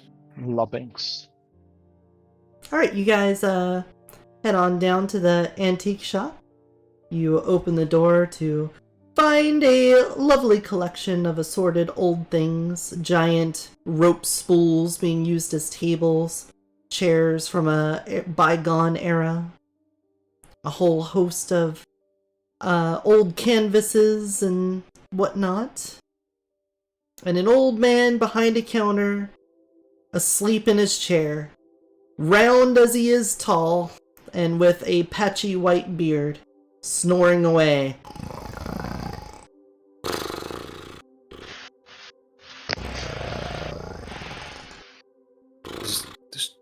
there like a bell or something nearby? Probably not. I'm just going to go walk the aisles and look around for a moment as they decide whether or not to wake up the poor old man. Mm-hmm. Oh, I've already decided. Oh, go right Gonna, ahead. I'll knock on the counter. Hi. Yes. Yeah. I'm. Nice to meet you. My name is Richard Pilton, and I own this fine establishment here. And what can I help you with, good sir? My name is Anthony DeLuca, and I've come across this old teacup, and I really would like to know more about it, if it's a set, what it could be worth, or who could have owned it here. Let's take a look at it. He sits up and he pulls out this little telescopic piece that looks like you would use it for jewelry and looking at things finely. When you present the teacup, he puts it down and he goes, "Oh, wow. This is quite a busted up piece you found here. I hope you don't intend on selling this, because this does not look like it'd fetch you a price at all. I feel like this would go straight in the garbage." Probably, but We're not looking to sell it. We're just trying to identify it, is all. Oh, I'm sorry. I didn't see you back there, young lady. And how are you doing today? Oh, I'm doing fine. It's a wonderful day, even if some people are pests. Well, yes, I think I would agree with that. Can't let that ruin a good day. Oh, let's take a look here. Yes, it is old ceramic. I would say this does look like maybe from a... It has a certain decor about it. Could be 1910s, 1920s. Could have been fashioned around there. Maybe the 30s. Maybe could be pushing it. Well. But that's about all I can tell from looking at it. Looks like this thing has been put through the ground and back up again, though. And it's missing a piece out of it. Where'd you find this old piece? Would you believe me if I said it was right by my foot? Well, just now? It wasn't in my store. No, at the church. Oh. It was just there. Well, I'm not sure. Can't tell you much about this. It does look quite old, though. Despite all the dirt on it, I can't tell absolutely. But that's what my gut tells me.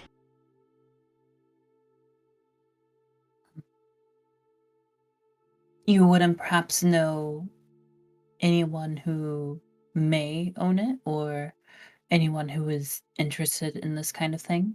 Oh, golly, no. All us old folks around here got our own things left over from our elders, so I would not be able to pinpoint that down. Of course, you could ask around. I'm not sure how much someone would be missing it, though, based off of how much it's been dirtied up. It seems like something that was forgotten and left behind, though.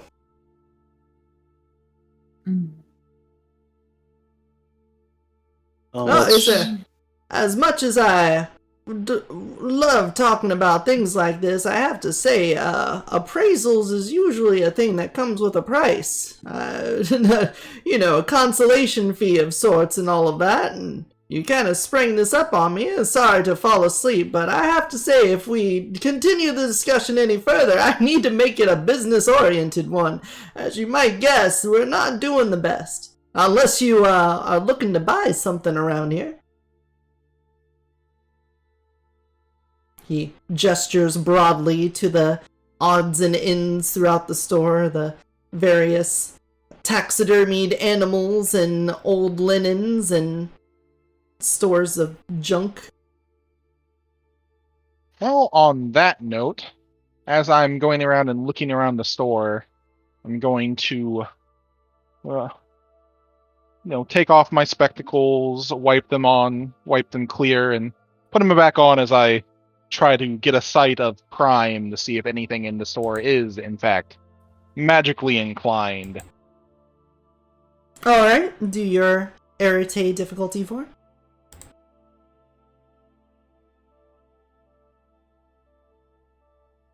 You got it. Yeah.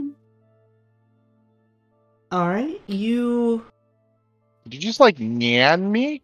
Yeah. Yeah, yeah. When you place the So you add spectacles cat back. girl to the list of things you are? Secret cat girl, though. Secret. No. You place the spectacles back over your eyes, and with your prime sight, similar to how Anthony was able to see a tinge of magic to it, you see a couple of dots on the cup itself with the connecting lines of ethereal energy coursing through them, but much, much lighter than you have in the past. It is incredibly thin. I was looking at as I was browsing around the I know. shop, looking at his wares. I'm aware, but that's Gotcha. the thing that stands out most right now. Okay. As you look around, you don't see anything in the store that seems to have magical, that same kind of prime energy coming off of it. Okay. Other than, I presume Gemma's got the book with her. Yes, of course. You would still see the glow of that light underneath her sleeve.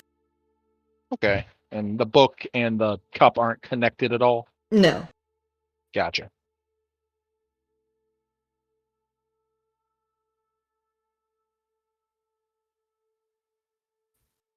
I'm Other going than to go and pull, let's see.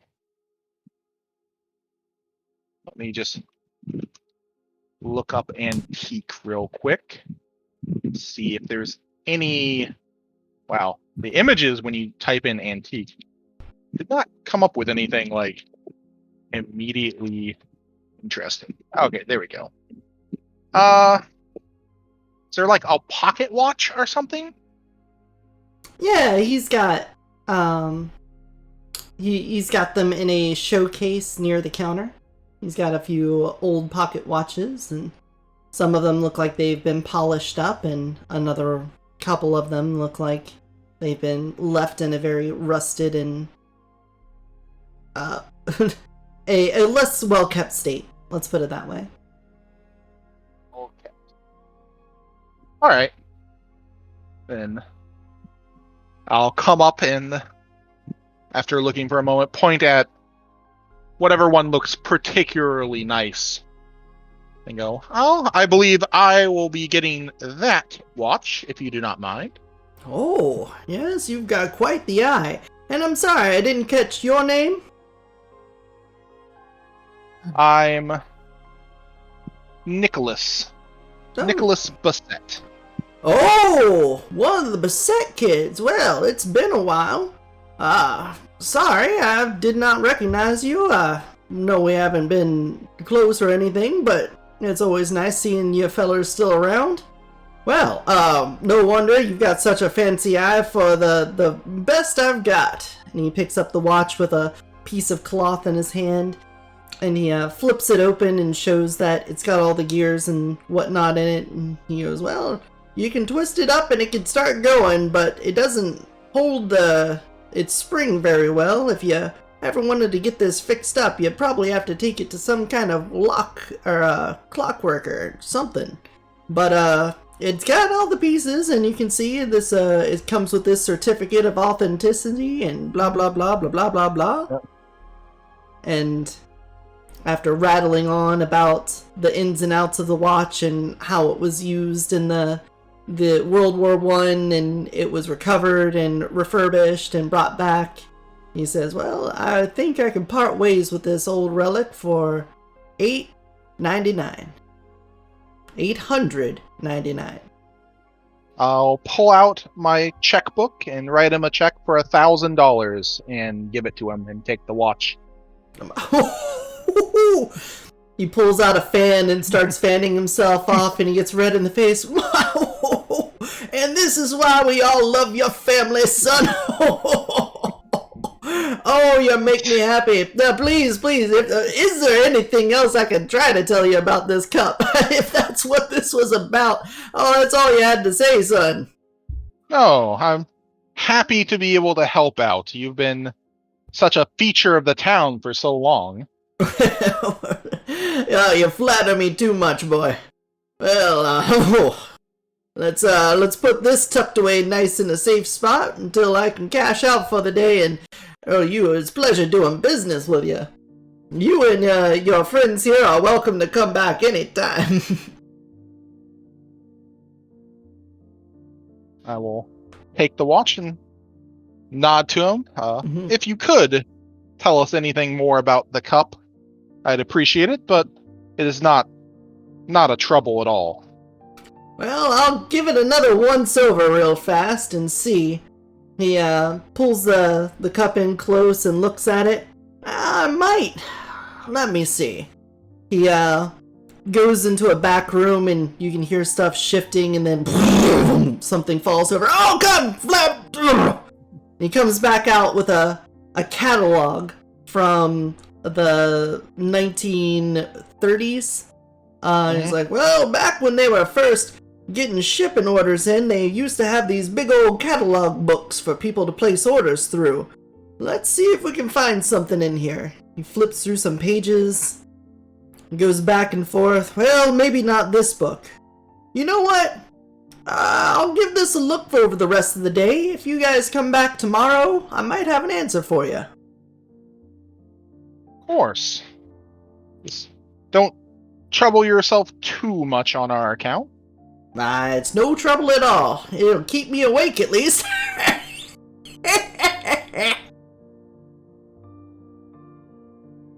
Well, that's good to hear. Thank you. If you don't mind, I'll hold on to the cup so that I can see if I can match it up with anything. Oh, yes. You can hold on to it then. Righto then. And he sits it there and starts digging through the pages. You never know when these old books can come in handy. It's hard to let go of them. Well, it doesn't seem to be in this one. And he heads on to the back and you can hear him rummaging through stuff again, and he comes out with a stack of other ones of different brands and different years. There's always a lot of these, so I'll just have to dig through it until I find one. Did either of you have anything that caught your eye in here? Perhaps some things to help the church out, or for anything you'd want for your restaurant decorations? No, I think for the bakery, clean and simple is best. And I don't think there's anything that really catches my eye. I don't think so.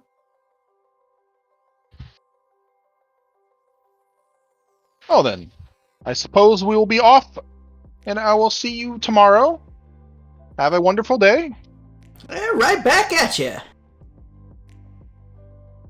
The old man hunches over and begins digging through the books as you guys walk out.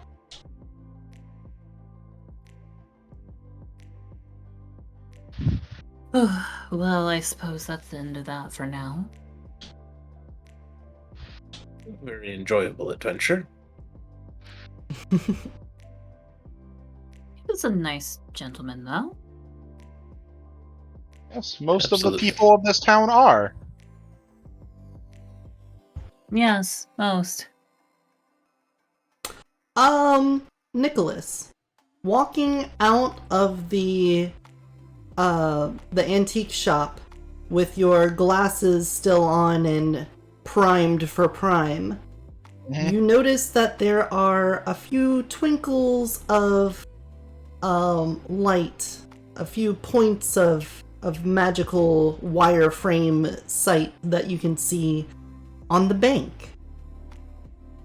Of course there are. I gonna look at the bank a little bit, and then are they like? Is it just like around the bank? Is it connecting to anything?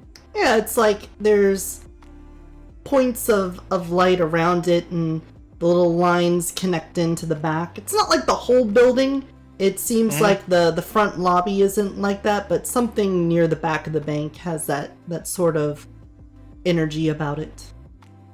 Okay. Well, I'm not surprised.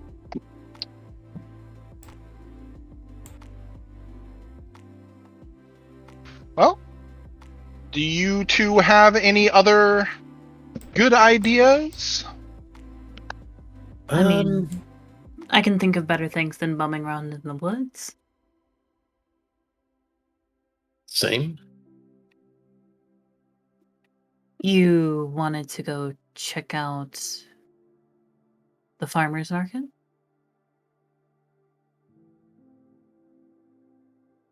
There's the farmer's market and McDonald's.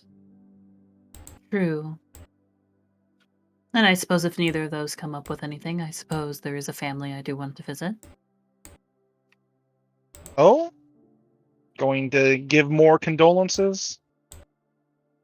Oh, I don't know if they need condolences. I was just curious, I suppose. Oh, far be it from me to stop you from going off on your own way.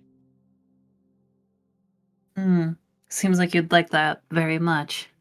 Oh, of course not. You are so pleasant and wonderful to be around. Why, yes, I am.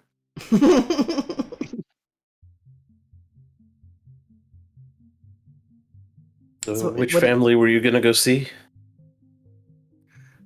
Oh, what is their last name? Oh The gosh, Folens the Fallens. Is it the Fallens? are you talking about the unfortunate family that we helped out the other day? Oh no, another family. You're talking about Josephine's. Yes, that is accurate. I just thought I would ask them a few questions. I'm curious about this witch talk. I'm sure they will be eager to talk to a person such as you about the very personal things they've gone through with their daughter being branded a witch and driven out of town. But if you'd like, I can give you directions.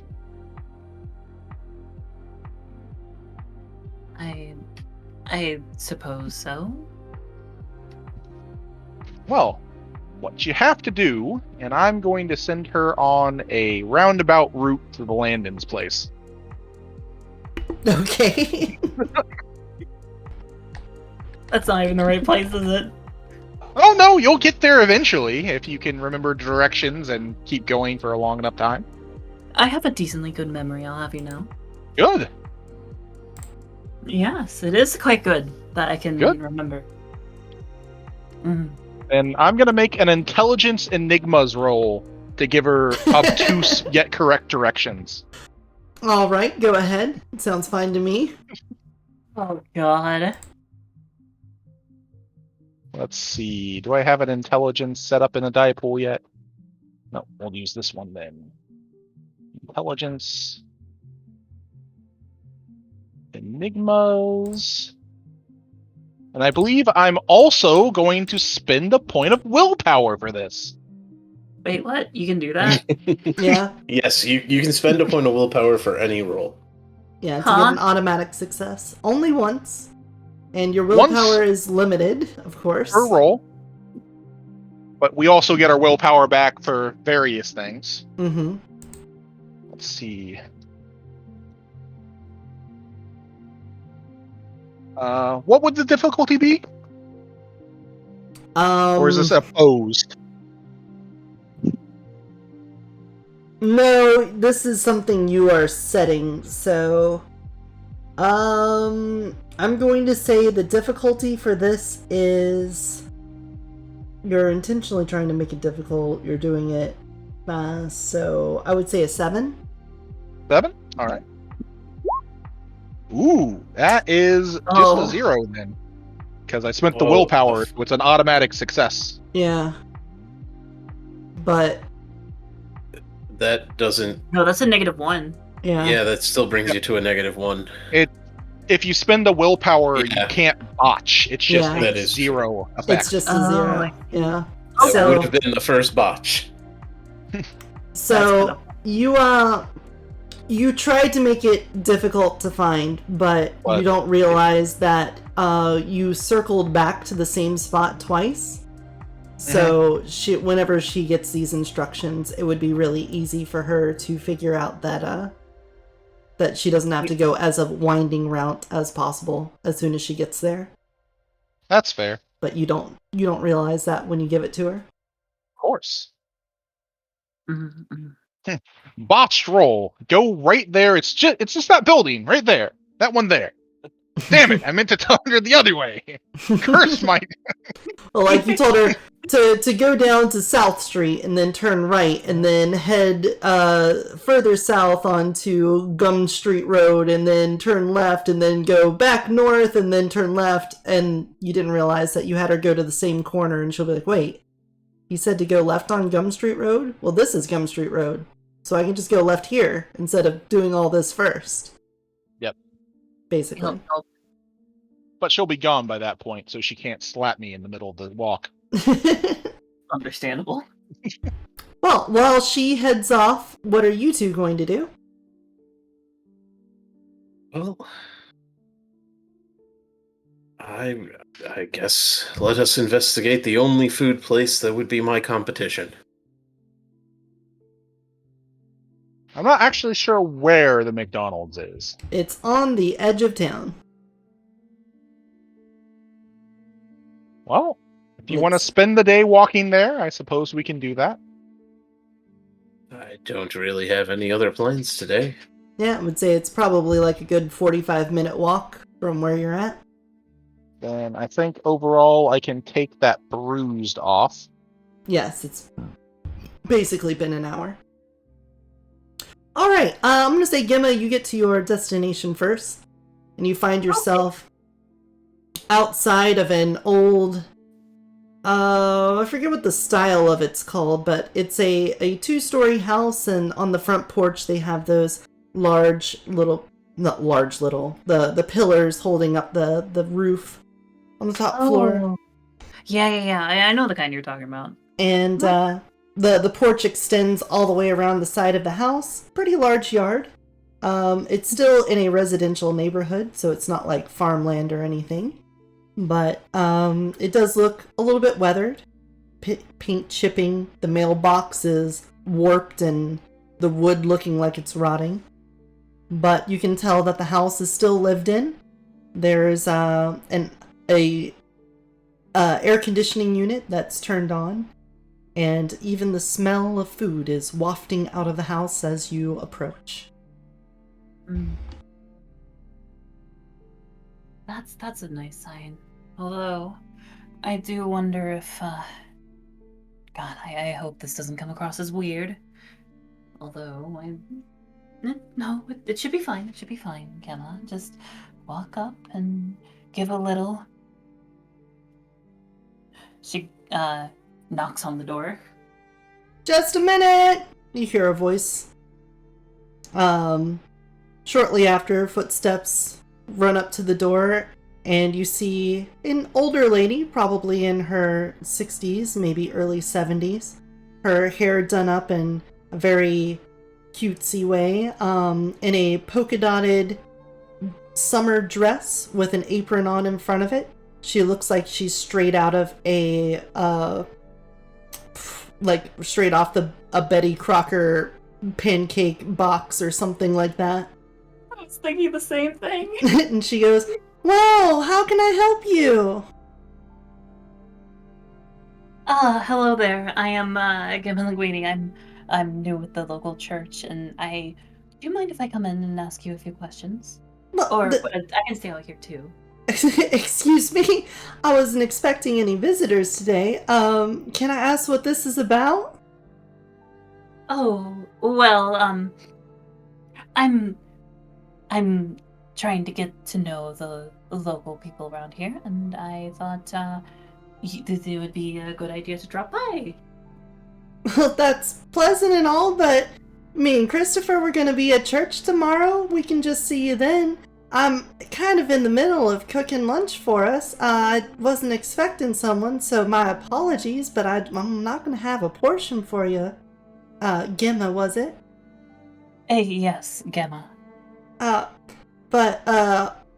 My name is Sophie, and Christopher, and we're the Landons, and it's nice to meet you, but I apologize, but I don't think we're gonna be able to host any guests today. Oh, I see. That's perfectly fine. You do seem awfully busy. However, would you mind, Yeah?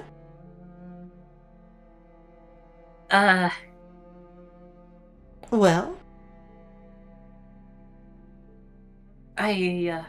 a man walks out from a hallway and says, "Sophie, who is it?"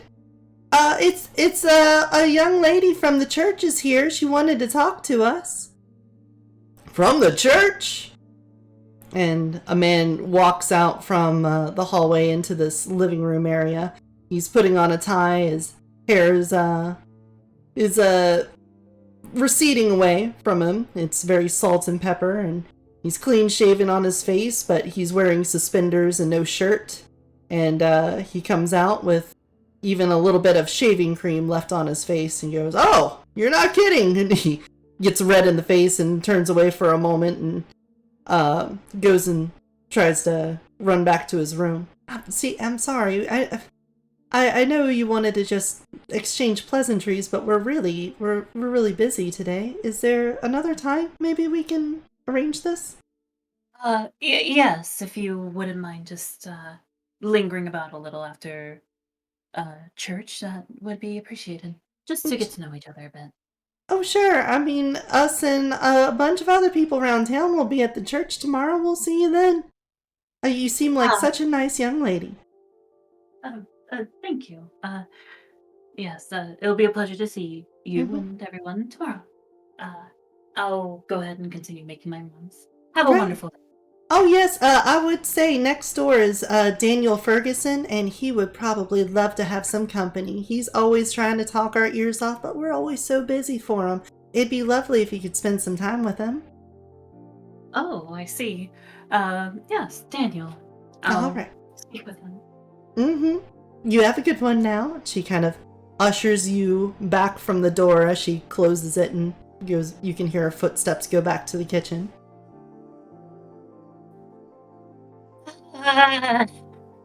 Wow, that was a complete flake. And now I guess I must... Oh, God. What is wrong with me? Well, I guess I did say I would speak with this Daniel person, and it would be awkward if tomorrow they ask about it and I didn't. Alright, let's go. Mm-hmm. Yeah, I guess I'm gonna go over to this house over and talk to this Daniel person. Alright, you go over to the next house over. Very similar style looking house. It's not exactly the same, but this one is a very seafoam green, and it's quite a bit dilapidated, and you knock on the door and you hear a crotchety old voice. Yeah! Who is it? Oh God, no. It's the... hello, sir. Yes, kid's always banging on my door. He opens up the door and you see a man who's hunched over at a 90-degree angle. He's got an incredible overbite and the biggest, bushiest eyebrows that you've ever seen. You don't even know if he can see because they're so big. Hey, it's the church. You're coming to take my soul. What? No, that's not my job. I don't take souls. No, death, leave me alone. And he falls back from the door and lands on his butt. Oh, my patootie. Sir, are you okay? No. I didn't mean to startle you. I'm just I'm new in town and I just wanted to get to know people. That's all. No, the specter of death looms over me. Oh, you've come to take me away, haven't you? No, not at all. In fact, I hope you have many more lovely years on this world. No, there's no beating around the bush anymore. All right, I've made my final dues and I'm ready to go. Take me away, Lord. Sir, that really isn't necessary. I'm just trying to get to know you. I was told that you could use a little bit of company is all. Why am I still here? What are you dragging your feet for? You're just tormenting me now. Just take me away. Sir, I really have no intention of doing that. I If you're not gonna shepherd my soul to the other side, then leave me alone, you damn demons and angels and church and people. But sir, I've been told that you seem rather lonely. Don't you want some company? Question mark? Oh, I do like the company. All right, come on in. Oh, phew. Okay. I'll go ahead and step on in.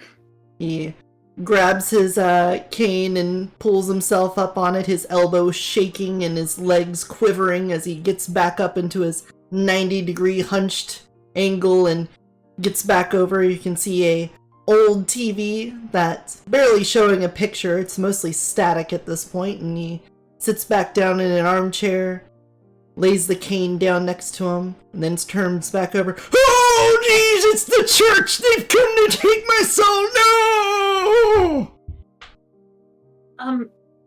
Sir, I think we just went over this. I'm not here for your soul. Oh, you're coming to take me to my final rest. Well, I've made my dues. I'm ready to go. That's really unnecessary. We just went over this. I just ready to.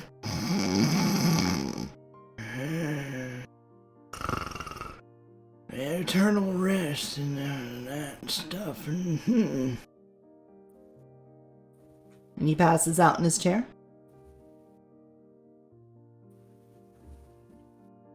Ah. You know, I was not expecting this, but oh well. Thank you, Coco. Not to be a nosy person, but what else do I see around the house? Just with a cursory look, just kind of curious. Oh, the house is dusty and poorly taken care of. You can almost see a trail through the dust on the floor of where he exclusively walks from the door back to his bedroom, back to the front where he sits in front of the couch probably all day.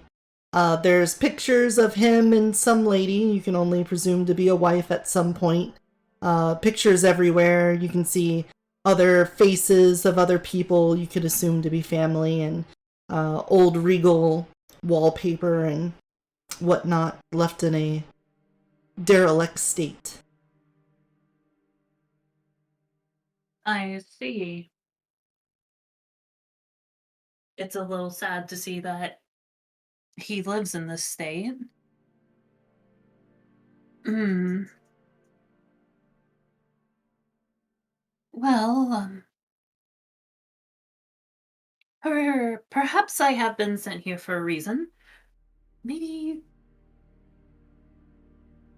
perhaps I could tidy up just a little bit. Maybe. Let's just make this man's life a little bit easier. After all, it does seem like he's the kind of person who should have someone taking care of them. Hmm? Alright. You clean up around the house, and as you are cleaning up, you find a really old newspaper He's kept in a drawer.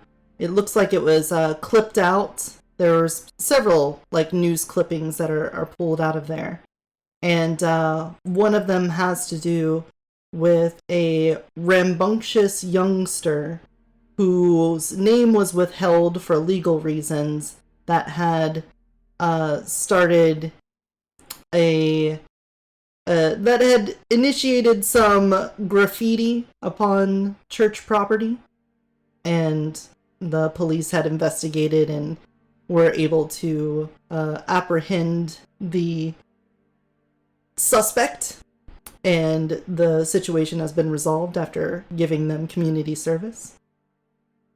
And then reiterating at the bottom that names have been withheld due to legal procedure. Huh. I wonder if it could be... Well, I suppose it's a bit presumptuous to think that. Although, is there a photo incorporated with this article, or no? You can see that there is a picture of the graffiti that just says murderer on the monument at the church. Oh. Well, I suppose that must be about that murderer business. I suppose that is something to look into eventually. Although... What? How am I supposed to investigate something like that? Underneath these newspaper clippings, you find another one that talks about a juvenile delinquent that's been trespassing on the property and the mining operation. And then beneath that is a letter, that an envelope that's open, and inside is a letter.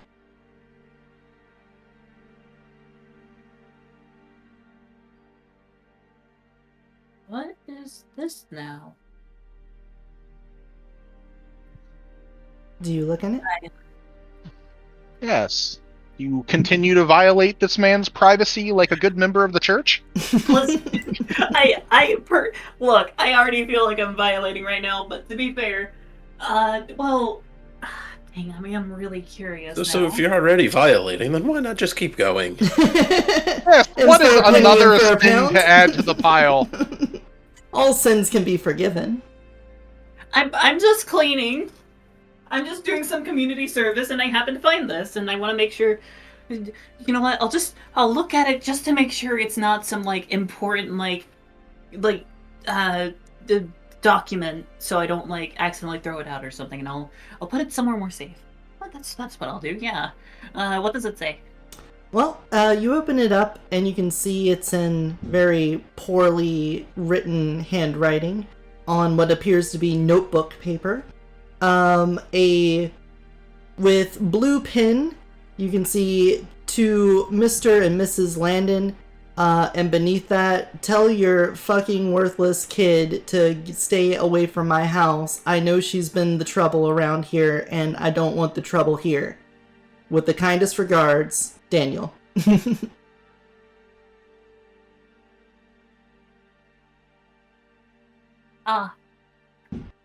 Okay, that, yeah, that's, okay, yeah, alright.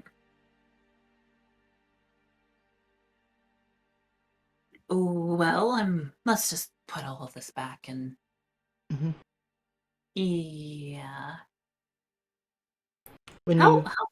When you close the drawer again, he goes, "Oh, here! Oh, it's the specter of death! He's come to take me!"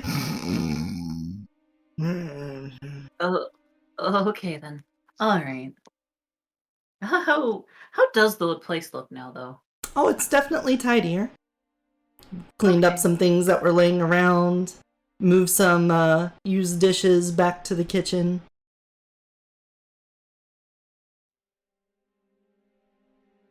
It's noticeably improved.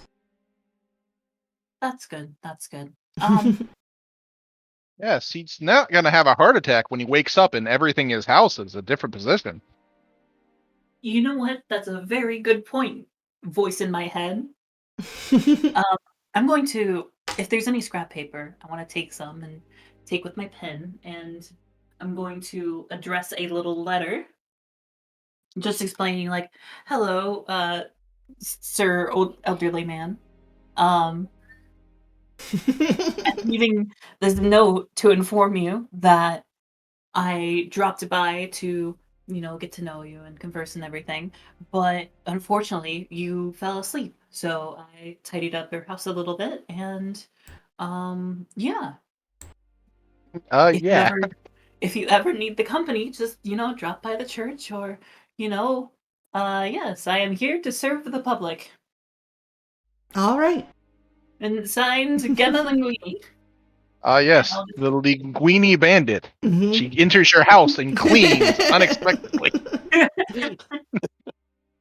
And I'll leave it out in the open, like it's just somewhere where he will. You know what? I'll put it right on the TV. I'll tape it onto the TV. All right. That way, there's no way he can't see it. And I'll just excuse myself out, close the door and everything, and I'll just. Okay, I guess let's just go back home now. Or well. I guess Sure. I'd like to check on those two, but I don't actually know where they wound up going. Speaking of which, you guys have arrived at the local McDonald's. Excellent. What you Oh. doing? Is it all you ever dreamed it would be, Anthony? Yes, It's the golden arches loom over top of you with a big welcome sign that says hot and spicy chicken $1.25 for this week only. There's a couple cars going through the drive-thru and a few in the parking lot. You see the familiar face of Harold the Butcher sitting inside gorging on a double quarter pounder with cheese. Somehow that's even more depressing that it's the butcher. Mm-hmm. yes, there's something odd going on here. What? That people are eating fast food? That every other restaurant has been taken out. I mean, the town is dying. It is. McDonald's But- is the largest fast food company in the world. That is also true. But there's plenty of good ingredients right here within this town. Local meats, local vegetables. And people know people under the age of 80 to cook them. I mean, that's not all true. You're right. Miss Linguini is here now. The point is, there were these other restaurants. There were people to cook these things. But yet they went under. And everyone flocks to the McDonald's. It is rather cheap. True. Though, if you suspect some sort of whooshy foul play, I suppose we could go investigate. Though It's more of the perhaps fact it's of- as much Miss Williams might have a stake in the company or something. It's you say that the town is dying. If the town is dying, then that means people aren't really making that much money, and that is pretty clear based on the farmers market, the antique store. And if these people aren't really making that much money, then how can they keep affording to buy fast food, even if it's cheap, to eat that much of it all the time? Would assume Social Security, some checks from the mine closures, savings.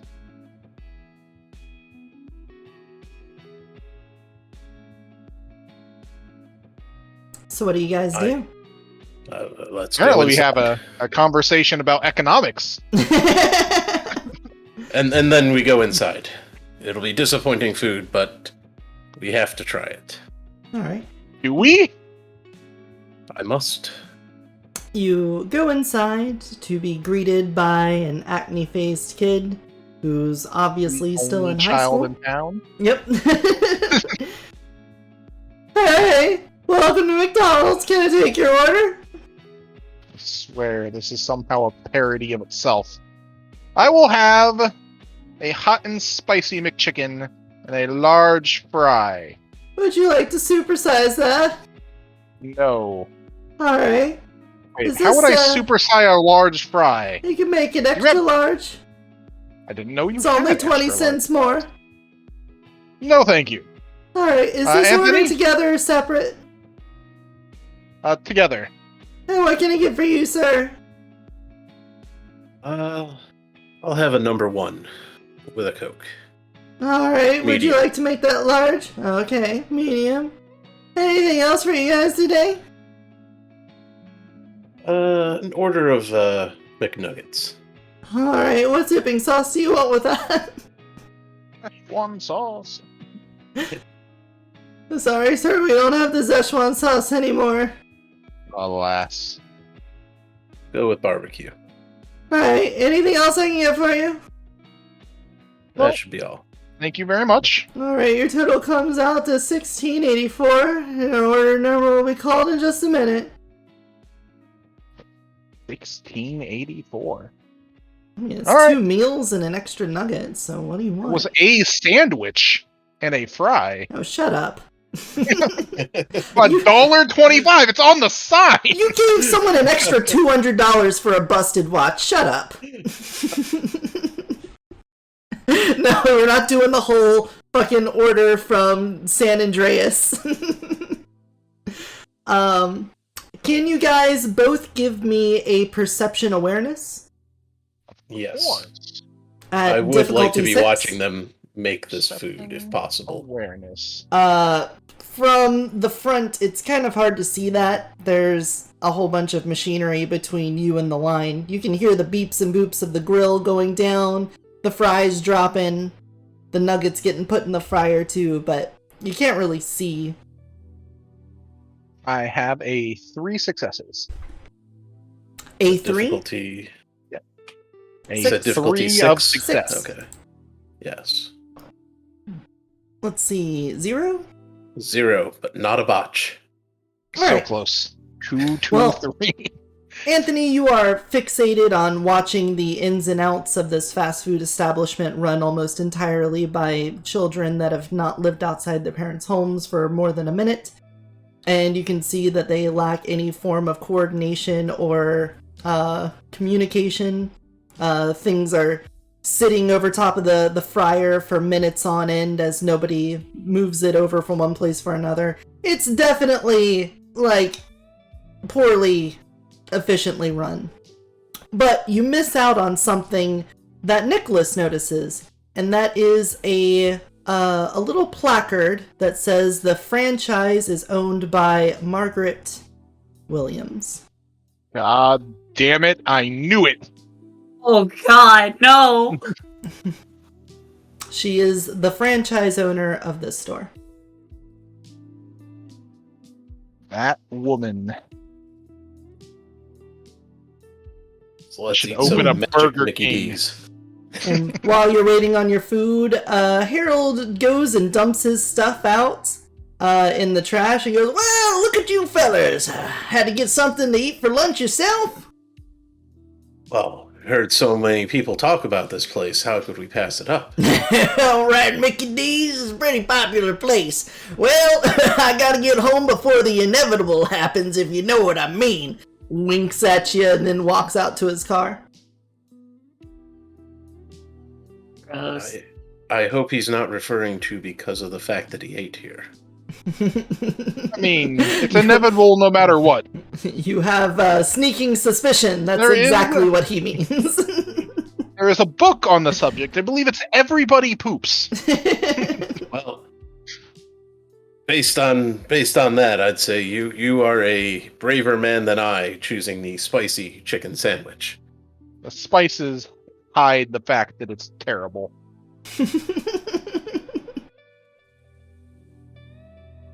But your order comes out. It's basically the same standards as every McDonald's you've ever been at. Perhaps the fries are slightly soggier from looming over the fry station for an extra amount of time. But otherwise, pretty much on par for the McDonald's experience. I'm going to Can I very also oddly. just Mhm. point out, whenever I was coming up with this campaign or ever thinking about DMing, I never thought I would have to DM placing an order at a McDonald's. And it may be an actual plot point. But go ahead. I was going to take out my clipboard and start making notes about the place.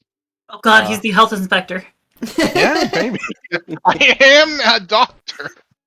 I'm gonna make some notes about what we saw and the place and how the atmosphere is, and trying to build up a little bit of a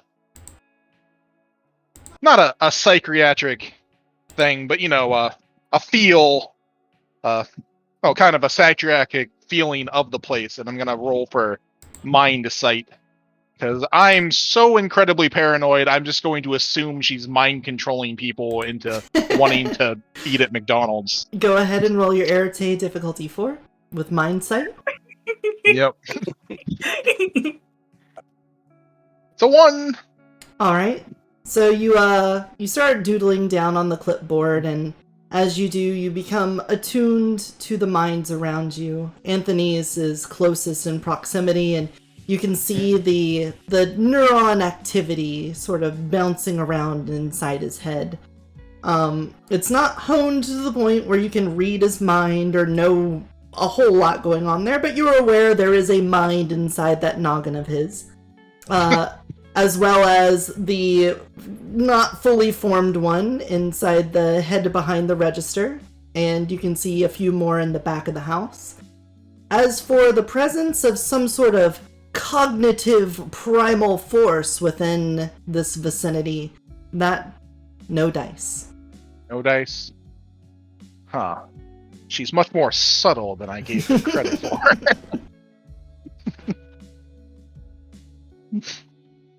I'll keep it on, though, just in case the food has some sort of major negative effect on Anthony as he eats.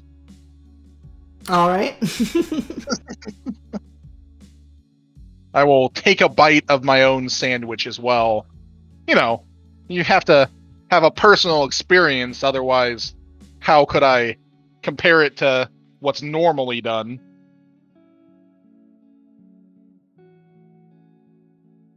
Yes, I will begin eating my Big Mac, fries, trying out the chicken nuggets. Yep. It's, again, it is Yep. on par. It is McDonald's. Oh, this is very sad. Yep. I was hoping that I was going to be like mind controlled into craving more of this or something. Can you, both give me a stamina survival roll at difficulty 4? Oh no! Oh no. Yes, I Where's actually. my- I don't have no. survival, but I do have a little bit of stamina. Survival. Where's survival? on It's in social. the middle. It's a skill. It's in the middle. Yep. Yeah, skill. Yeah. Stamina. Survival. This is where I'm going to botch and have to show that I'm a mage by curing my own fucking dysentery. I got a 1 on 2 dice. You said that, what was Nice. the difficulty? 4. There you go. All right. You're fine. Like, I can't botch more than -2 with only 2 dice. There you go. Your immune system is able to stomach the McDonald's you've just eaten. Congratulations. What do you guys do now? Oh. I don't believe I've sensed any sort of mind foolery. So I'm not under any compulsions or anything like that. Well then, I guess we can leave. If we ever need to investigate again, I guess we could apply to work here. No. Yes, Never. and be direct subordinates of Margaret. I will rather tear this place down by hand than work here. Okay, maybe you don't work here, but maybe I would like a job of my own. Your soul will be crushed within 30 seconds of having to fix this food. I mean, yes, but if I fix it and people know that it's because of me, once I then open the bakery and I leave here, they might want to follow. So your plan is to make them good food at a McDonald's. So then when you quit, it's even worse than it was before, and they're forced to go to our other restaurants. Insidious. That's how business works, isn't it? I No. usually just open up a competing shop. I don't know, a Carl's Jr.'s or something. Something at least slightly better than this. I don't know. This seems like cheaper advertising to me. Well, I'm not going to stop you, but I'm going to stop you.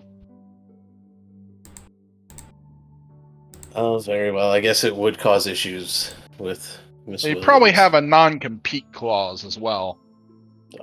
There is no competition yet. There would be if it extends into some X number of years after you quit. Also, do you really want to work for Miss Williams? I don't know. We've got to figure out some information somehow. I mean, you could ask her. Why haven't you? Because I haven't got my lawyer here yet.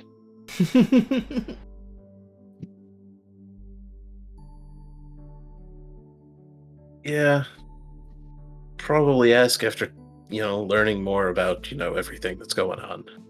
My plan currently is to buy everything out from under her, and then have a conversation when she has no more power left. I mean, that's going to be pretty hard, considering the amount of money she must be generating from here. So from the McDonald's? That everybody comes to. All, 60 people that live here. It's a lot of money. You not know how much I'm worth. Also, do you not know the profit margins on fast food restaurants? It's not that great, actually. Yeah, I know, technically. I mean, you're a restaurateur. I feel like Anthony should know Yeah, that the I profit would, margins. but it's not like these people are making a ton of money themselves. Mm-hmm. And then it's just going back to her through that, even though, yes, it's not really big profit margins. She's the manager of the bank. I guess she's the franchisee of this particular McDonald's, but she's not the owner of every business in town where all money spent here goes directly into her pocket. Yeah, it goes into taxes first. Yes. But, yes, I guess this was a bit of a dead end. Well, I suppose we shall head off to our next adventure. And by that I mean I need to go make several calls about getting the building renovated. Yes. And by the time we get back after all this walking, it would be nice to take a rest. I guess we'll head off as I pull out my phone and start making business calls and the like. Alright. It is now late afternoon, and you all should be able to arrive back at your locations. Yema, you made your way back to the church, was it? Or were you doing something else? Yeah, I would have made my way to the church since I wasn't actually sure where those two went. And besides, it's I just want to go back home at this point. Okay. You head on back to the church. You can see Father Andrew's truck is still outside, so you can assume he's in his office. What are you gonna do? You've still got a few hours left before sundown. Well, Gemma will linger by the door for a little bit before her eyes slowly wander towards that memorial. Mm-hmm. And she'll just say, well, things have been pointing me towards this quite a bit. No. I'm going to step up to the memorial, give it a quick glance, relook over again All right. before. The fountain is kind of back to normal. The first couple times you walked by it, it seems to be at that normal state of flow and moistness. The plants and everything are still quite active, and in the morning light, there's a few wildflowers blooming nearby that just look gorgeous. That's lovely.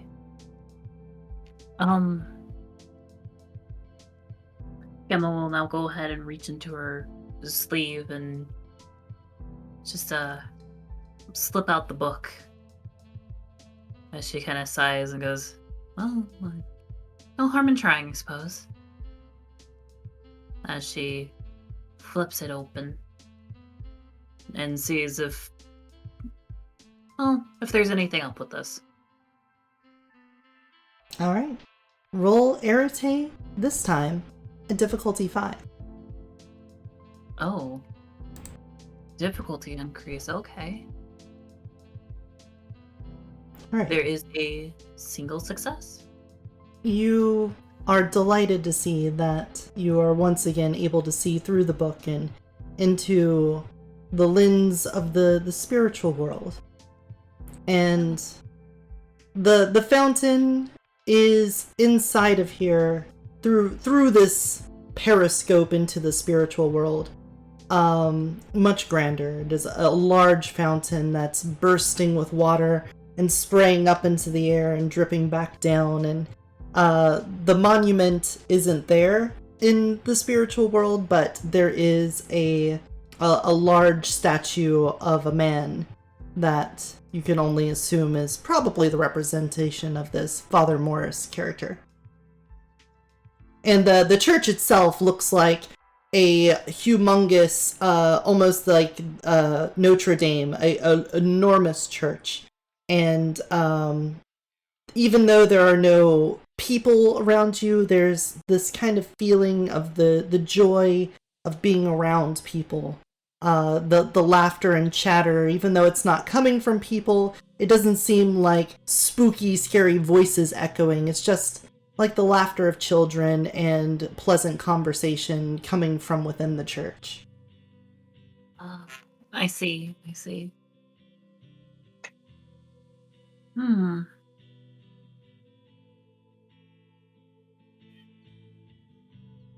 Well, seeing this, Okay, this is a very dumb idea. But I'm gonna try speaking. It like I mean, well, he did describe it as the other side, kind of. Maybe I could try to speak across it. Maybe someone will answer. I don't know. All right. Now's the time for experimentation, Gamma. Sounds like a good idea to me. In that case, then, you're gonna roll Arete at difficulty 5 again. Okay.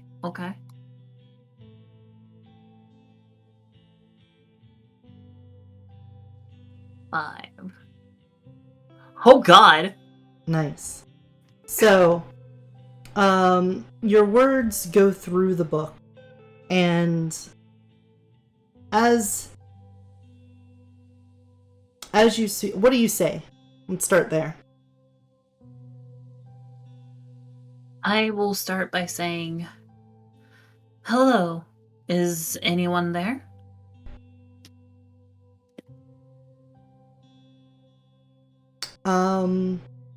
From within the walls of the church, and through the book, of course, you don't hear this out of your own ears right now. There are sounds coming out of the book. You can hear what sounds like foot's walking towards you from the side entrance of the church. Oh.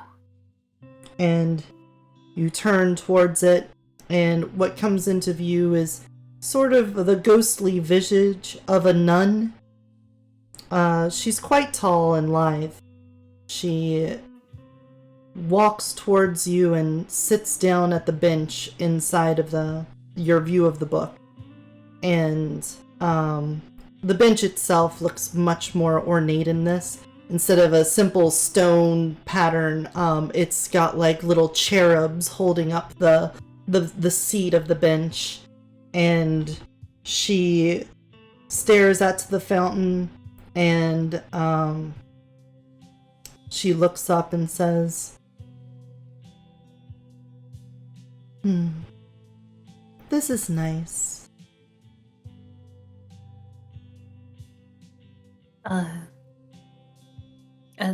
Yes, it is nice. It's a rather nice fountain. I didn't... Did you hear me? She hunches over and takes a deep breath and sits up straight. Oh, Father Morris will miss you. You were such a wonderful man.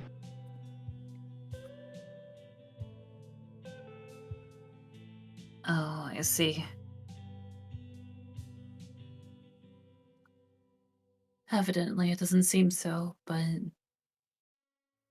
this is still an interesting response. So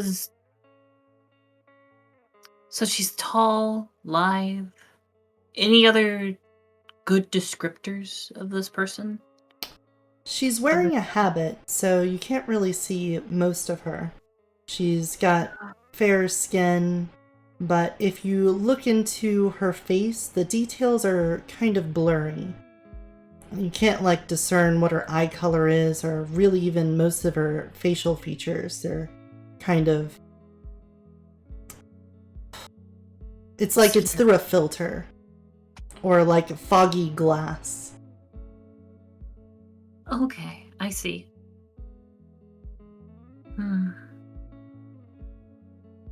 Well, at least she seems to think of Father Morris rather fondly. Hmm?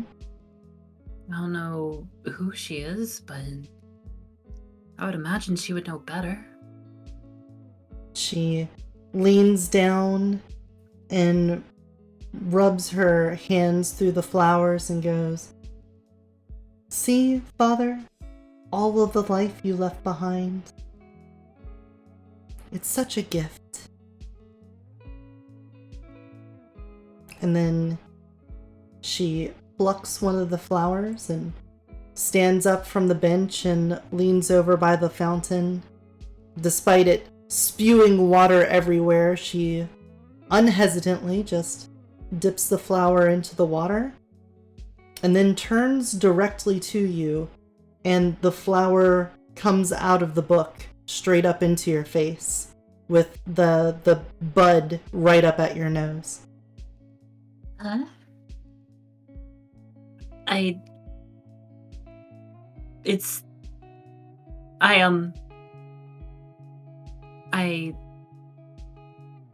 reach for it?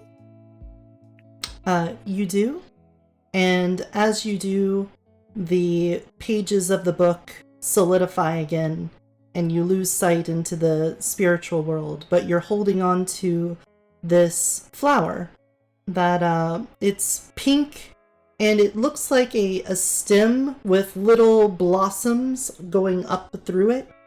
I could try to draw a picture, but it's got like 10 or so blossoms, with the ones near the base being bigger and they go smaller and smaller towards the end.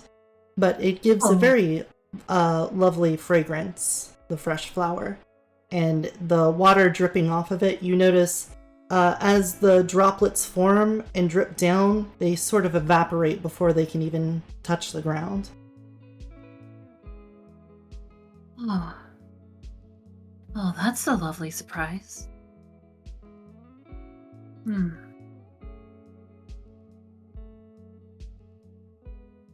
I wonder...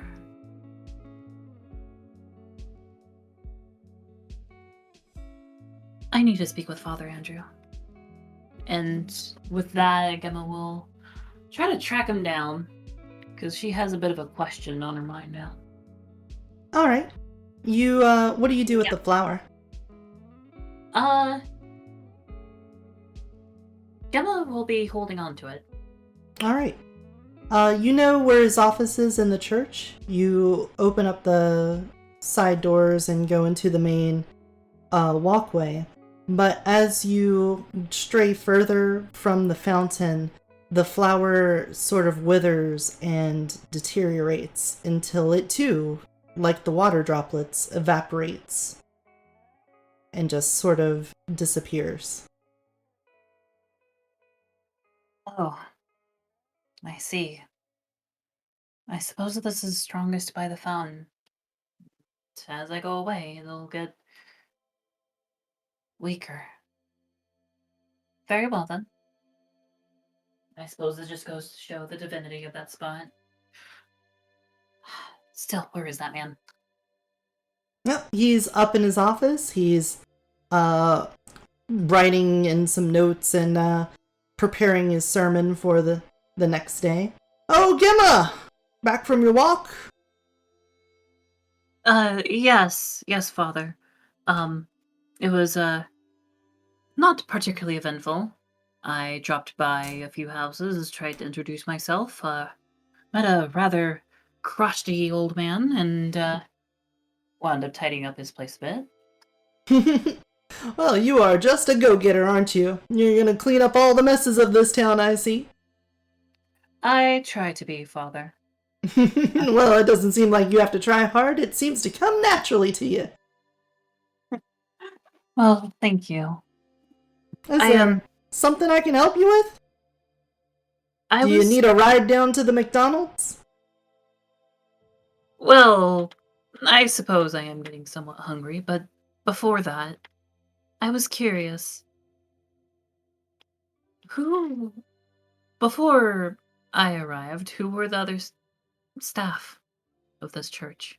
Oh, well, you know, it's been a little while since we've had a lot of hands around here, but most recently it was Sister Olga, may she rest in peace. She was here with us for many, many years, and she finally had her time, and good Lord shepherded her away.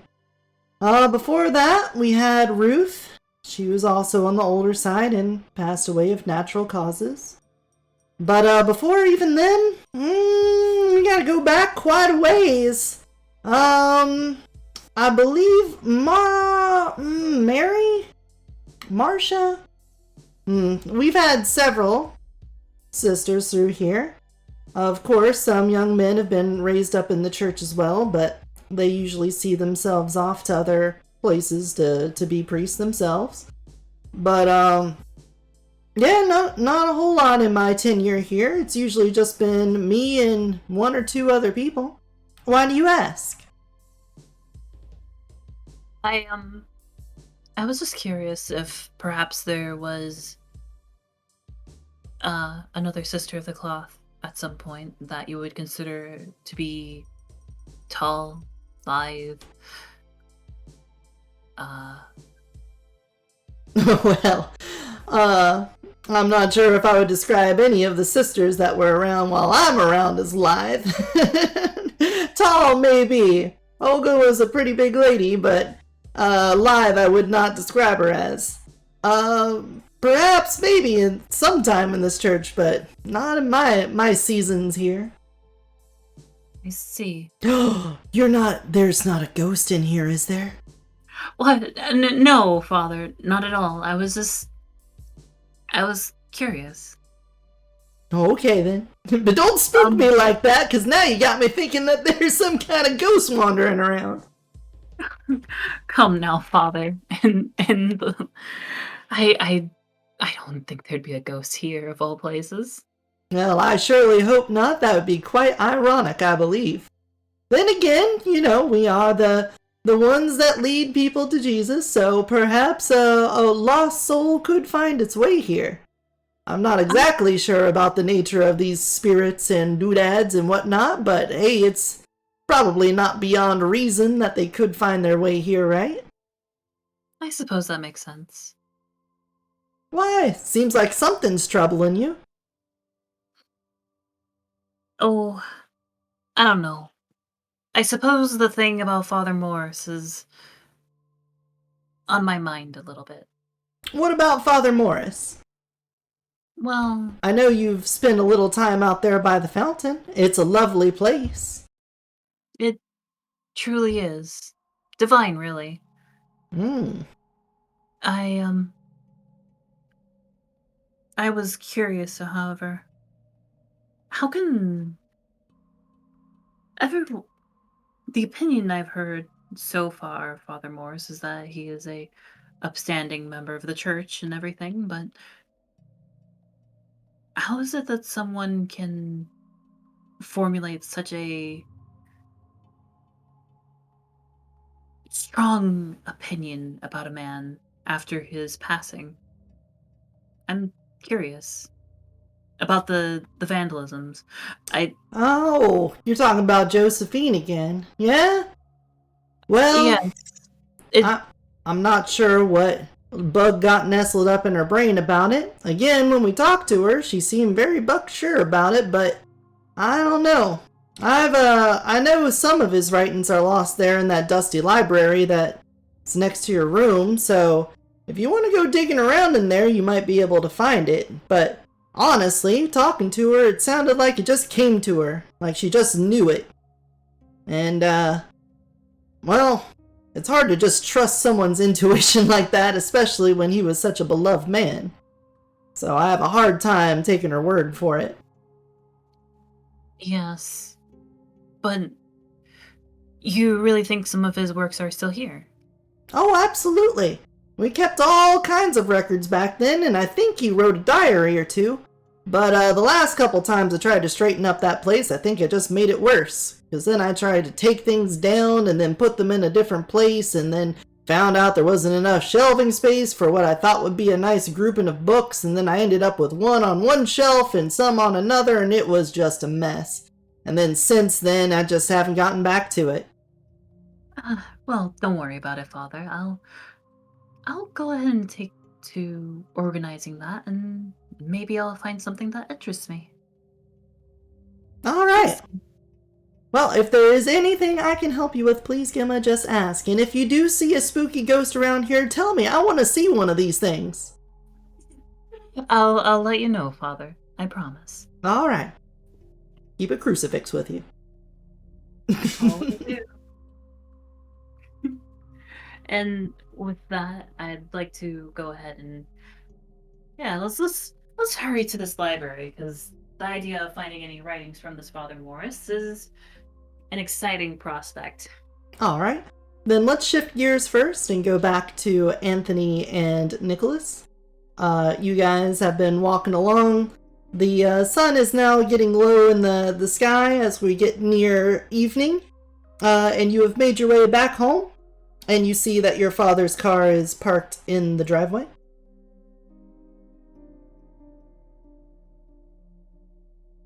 Well, I guess he beat us here. Not surprising, but he may still be asleep. We should be quiet as we go in. I wouldn't want to wake him up after such an early flight if he's still trying to rest.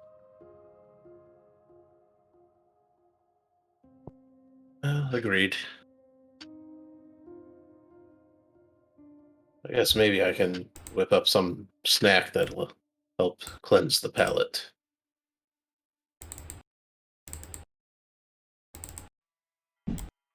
But there's not much I really have planned for tonight. All right then. Well, I will go check up on my father, and then we'll see what happens afterwards. All right. When you go inside, he is still not gone to sleep. He's in his office, still clacking away at his old computer. You said he's still not gone to sleep? Yep. Good lord. Of course. Why have you not slept yet? Oh, Niggy. I was just one thing after another, boy. I just couldn't pull myself away from the work. He puts his reading glasses down again. It's on a chain, so he just lets it droop from his neck. The Folans were obviously having a rough one of it. Spent some time over there, and then, second wind kind of kicked in and just decided to come back here. I needed to send some emails out and touch a few bases, and, one thing leads to another, and just get straight back to work again. I probably should lay down. How was your day? It was a mix of interesting and fruitless. How so? Well, we found a possibly magic teacup that appeared right after you left the church. A possibly magic teacup. Well, Anthony said he saw something. I didn't inspect it myself. Well then.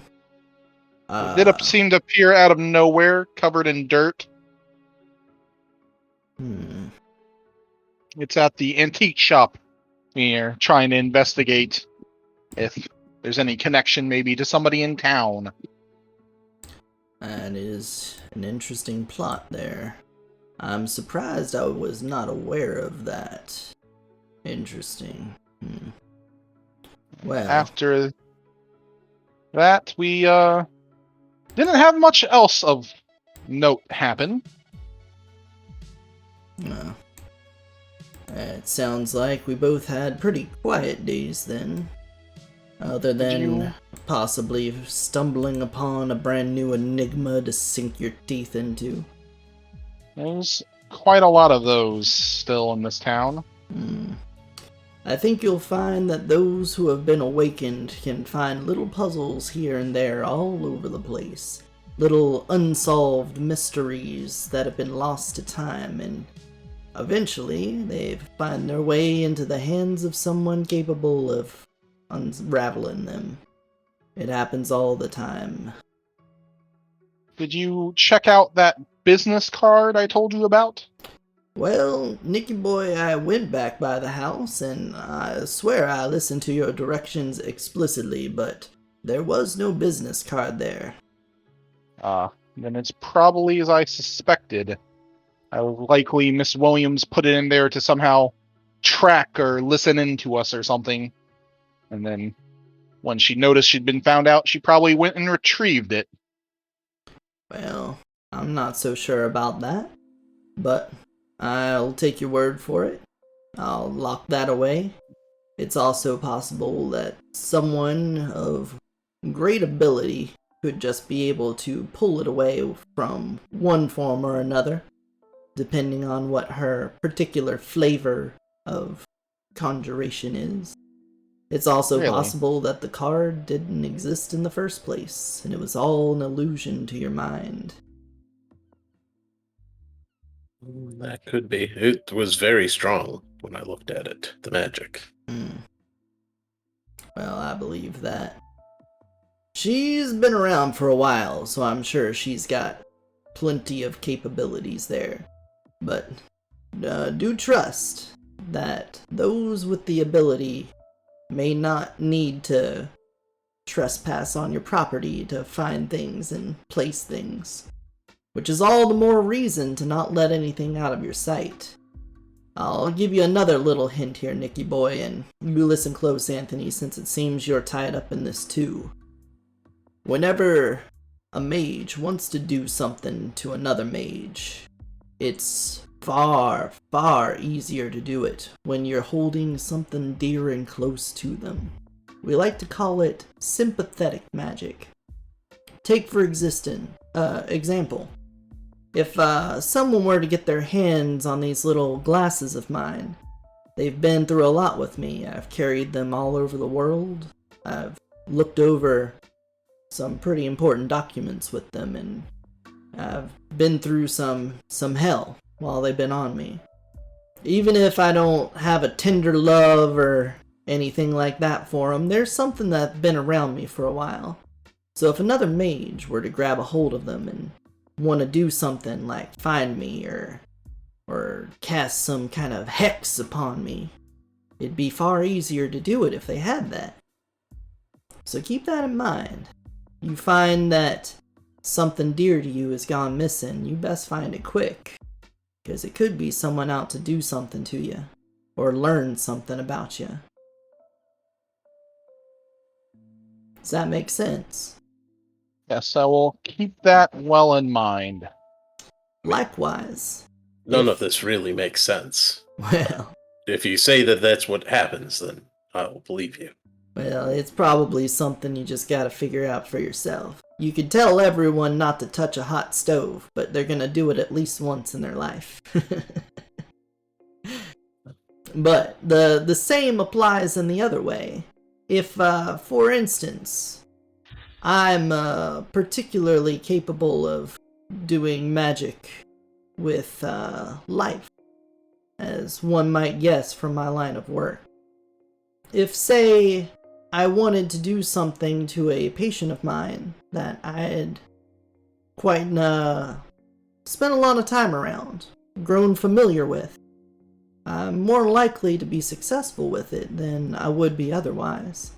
Because we've spent time together, we have a shared understanding. It makes it easier to twist reality when someone else believes with you. Does that make sense? As much as it can. I assume you're talking about how Hey, Gavlin. non-belief can cause, call it paradox, I believe? Well, that's part of it. I'm just saying that your ability to overcome reality helps when there's more people that also believe you. It's the double edge of that sword. Well, then it's a good thing I can demonstrate my skills so well.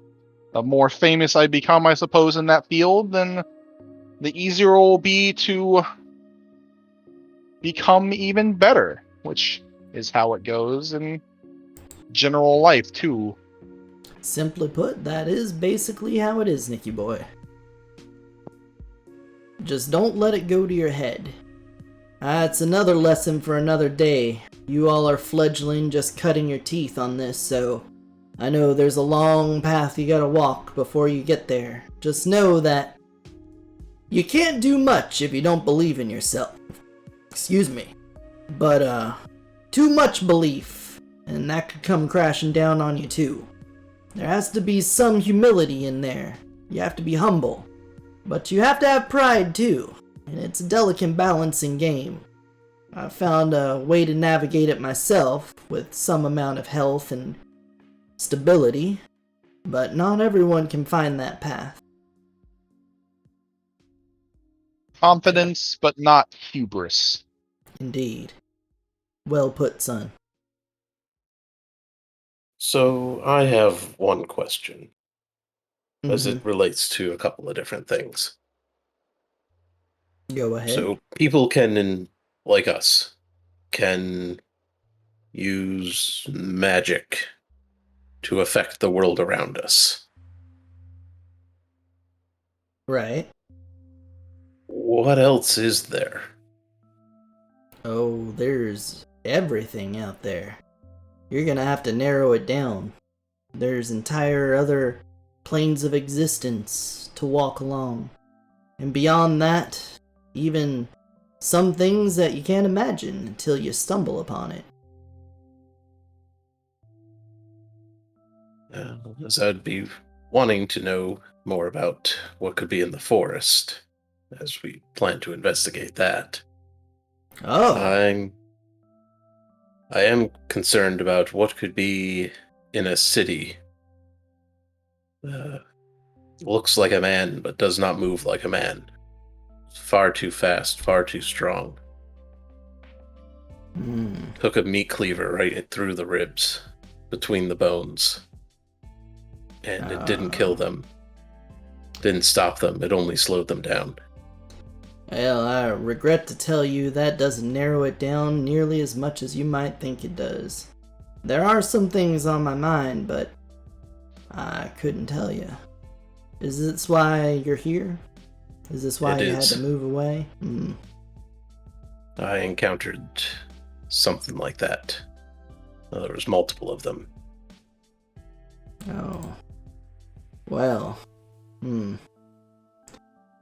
I can't tell you exactly, but there are some fierce creatures out there. And if they came for you, even before you were aware of what reality really was, that means that maybe someone you were close to was, and they were sniffing them out.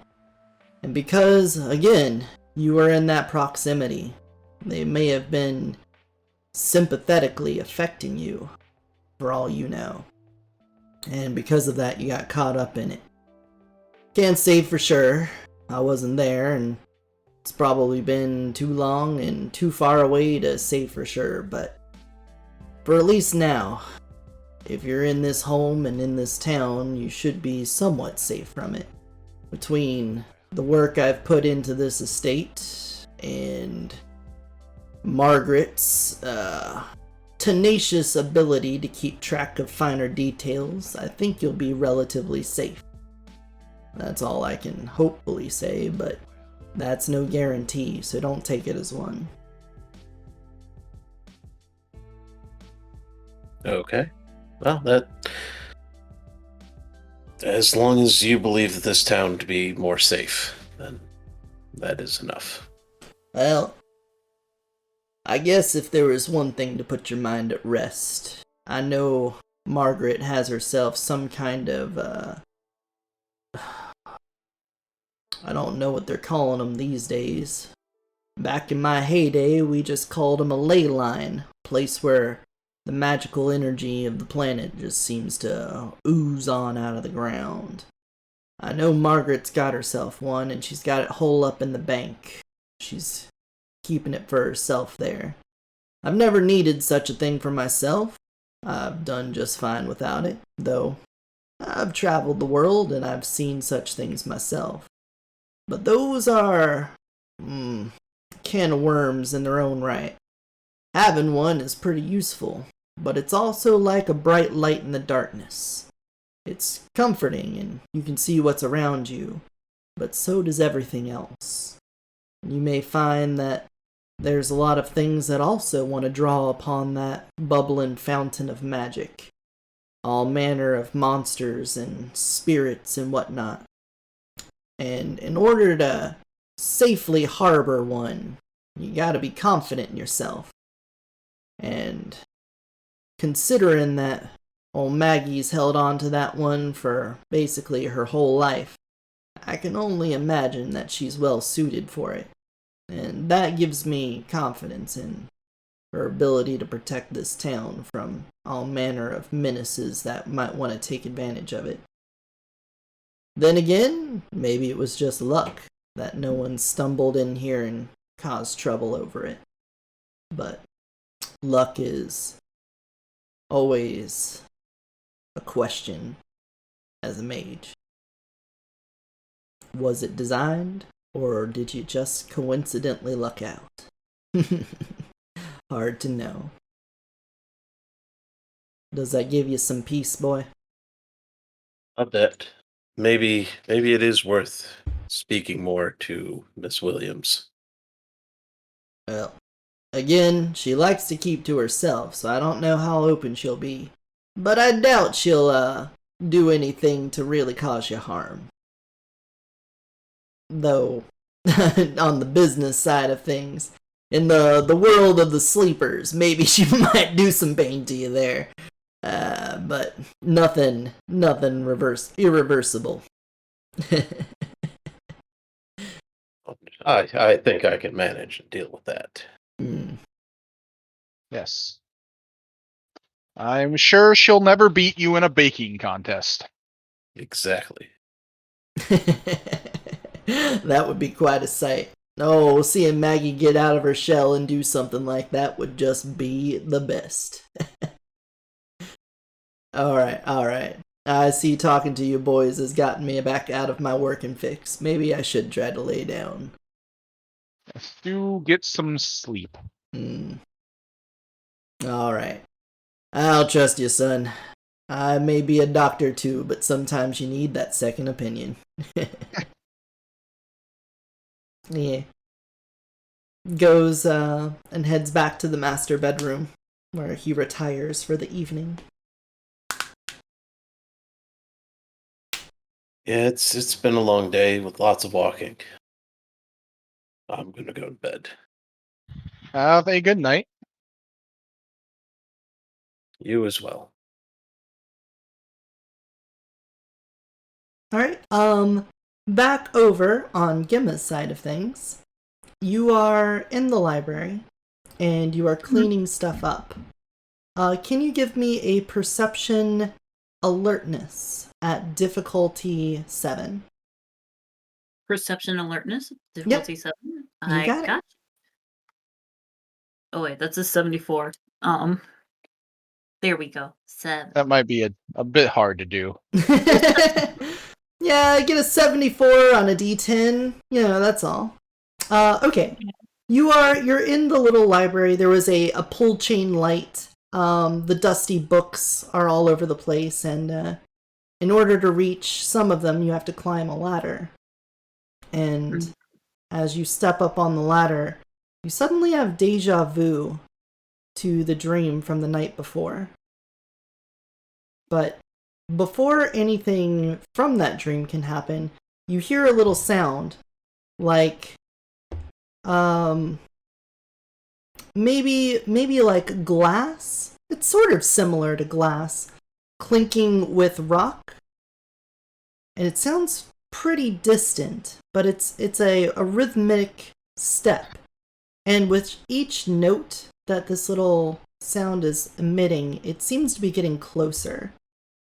And then that sound becomes cushioned as you hear it move to the steps leading up to the dormitory. What is that? I'm going to climb myself back down the ladder, and I'm going to open the door and peek out towards the hall, towards the dormitory, and figure out, well, like, what is making that sound? Alright. You hear the sound as it approaches the top of the steps, and when it reaches the top step, it stops.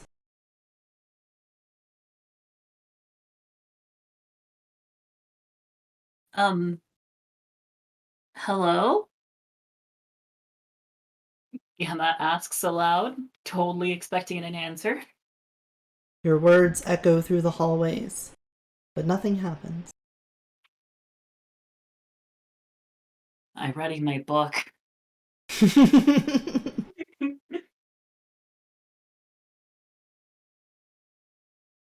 I'm going to step towards the steps Alright. and see if anything is there. Your step creaks the wood beneath the floor. The carpeting, however thin it is on this dusty church hallway, barely pads your steps as each beam of wood groans beneath it. As you inch closer to where the stairway is. Still, no sounds from it. I don't see anything. No. Closer. You're a few steps away from the corner that leads to the stairway. Oh god. I feel a little anxious. I'll go ahead and open the book and maybe just thinking to myself, what if it's something else? Uh, Maybe I should have my little viewing window ready. Just in Mm-hmm. case. Just in case. All right. Oh, Give us Arete difficulty 4. okay, 4 this time. Yep. Okay. You regained your confidence. Surprisingly close to failure, though. Yeah. For how successful that was. All right. I The was a little anxious. the pages meld away and your periscope into the spiritual world opens again. And the church hallway itself looks far more regal, far more fancy. The dusty carpet is a lush and a fluffy carpet that looks like it's been well maintained. And the lighting is some grand chandeliers, and there's the Virgin Mary. There's pictures hanging up of her around. There's even candles shaped like crosses with lights in them, and it just looks so majestic. But you can also sense a spiritual presence from around this corner. There's almost like a soft glow coming from around it.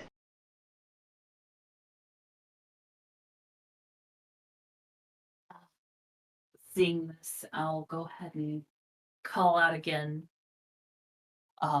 This time I'll say, "Hello? I can see you?" You And- can? What the hell?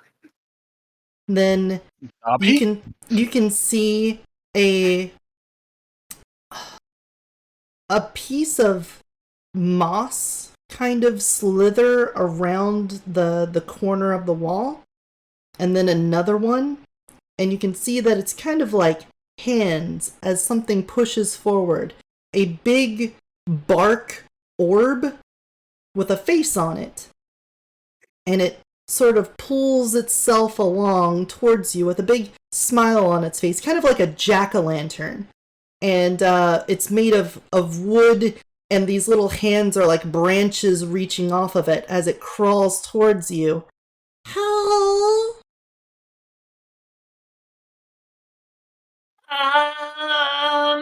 Hi? As it fully pulls itself around the corner, you can see that attached to its back is one little branch with a hook on it, and hooked to it is a familiar teacup dangling from the branch. Wait, is that the same teacup? That's supposed to be in the what is what's going on? Who are you? What are you? Mm. It pulls itself right up to you. As you're looking at it through the book, you can see it pull up to your feet and look up to you with sort of puppy dog eyes. And it's almost like it's wagging its tail with the branch that has the cup dangling from it, and it just stares at you.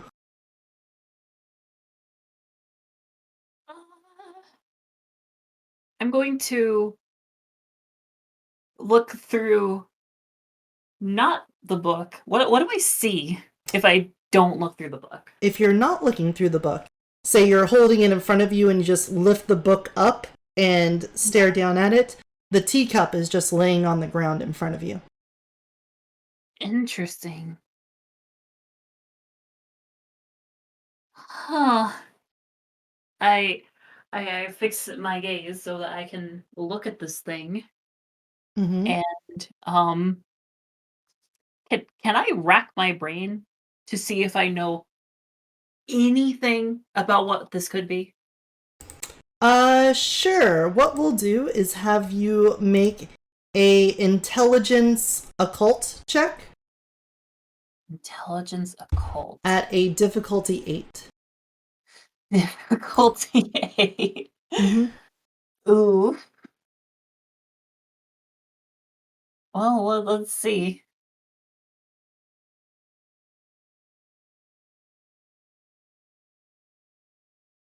A What the hell? What the actual hell?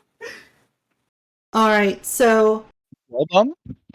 the thing in front of you kind of reminds you of things that you've read in once you became embroiled in this Far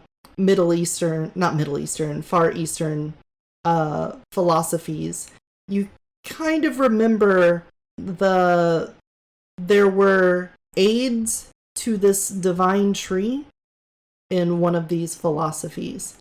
And you believe that this could have something to do with that, like some sort of sprite or creature that basically tends to the divine tree. An attendant to the divine tree. Maybe? Well, you do look tree-like. I suppose that makes sense, but what are you doing here? It brushes up to your leg, and then its arm reaches out and pulls on your dress. In the non-spirit book world, the cup has just basically jumped onto your shoe, and then it sort of leapt up and got hooked onto one of the buttons on your habit. But when you're looking at it through the spirit book, it's climbing up to where your the book is, and when it finally pulls up, it just starts sniffing the book.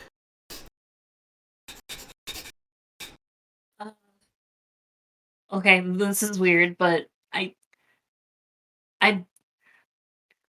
Gemma is frankly left without words as to what the hell is going on. So she's just. I mean, it seems interested in the book, and normally she'd be very protective of it, but she's just like, okay, yeah, all right, this is happening, and just gets it closer, I guess. Mm-hmm. When you move the book closer to it, it just sort of sits there and smells it, and it begins to hum.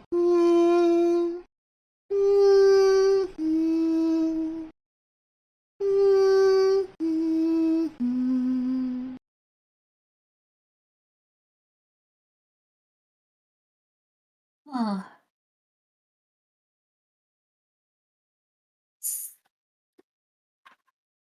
it's kind of nice, I suppose.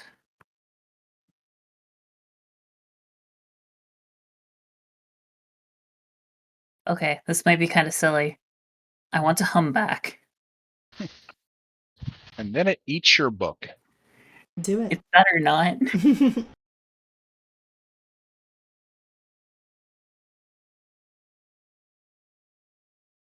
We'll do it. Oh, like mm, mm, mm.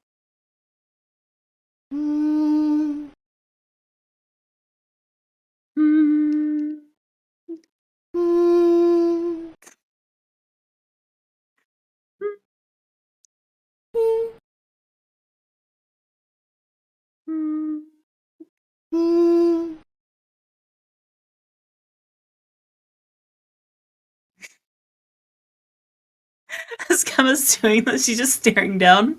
She just has the biggest look of, I have no idea what the hell I'm doing right now. Mm-hmm. Um, Let me think. Attendant. Maybe.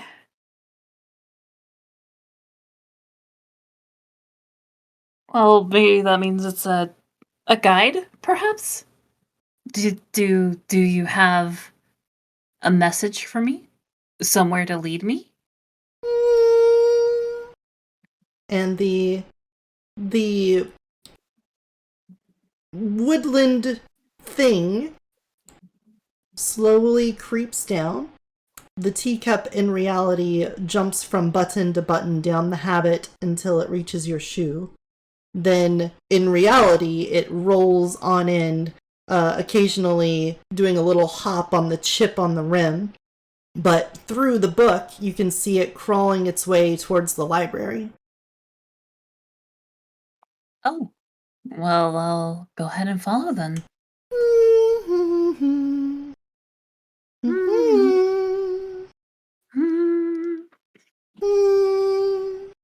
Mm, mm,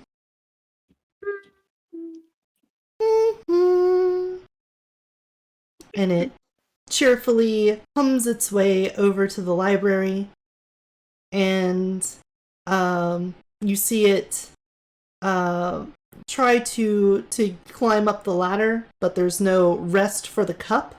So the cup keeps hopping up and then sliding off the stool, and in the book you can see it try to pull itself up but keep falling down because it can't make it up the ladder. I see.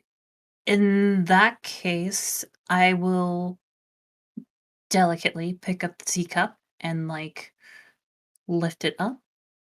It has the same weight in reality as you would expect a teacup to have, but seeing as it's probably hard to hold the book and the teacup open, maybe doing something with your hand, if you could see, it would be like carrying something under your arm.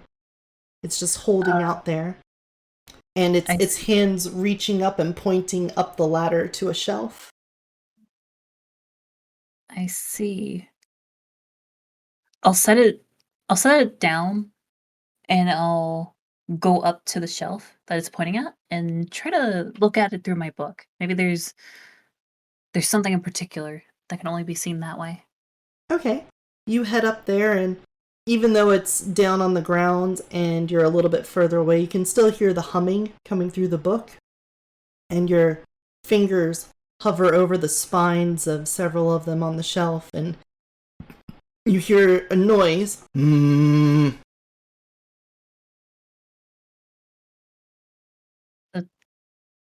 That's different. I'll go ahead and grab whichever book my hand is currently hovering over.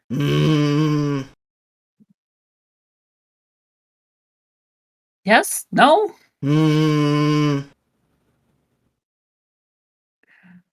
Oh, okay. I'll keep going then. Your hand No. continues to go over them, and then on one. Okay, this one. I'll go ahead and pull it out, and I'll climb down, set my book down, and take a look at to what this one is.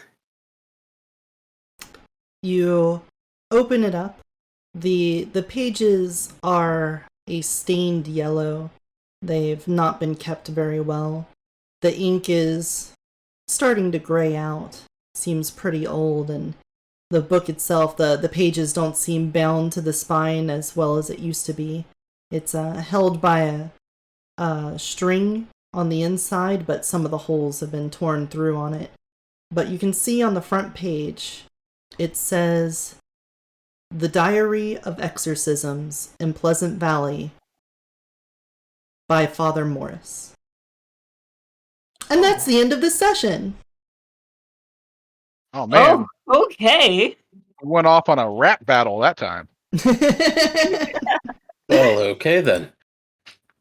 Wow, alright. And we when are we gonna put this band together? That's a good question. I don't know. I think we could hit the road. Let's stop VTubing and let's just go make music.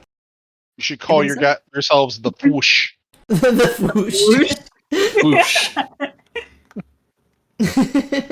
Oh, jeez. So, I believe it's time to divvy out some experience points to people. Ooh, I EXP. believe so. People usually like that. If you guys don't want any, you can just tell me. We'll just, not worry about that. Of course. I will take any that the other people don't want. For safekeeping.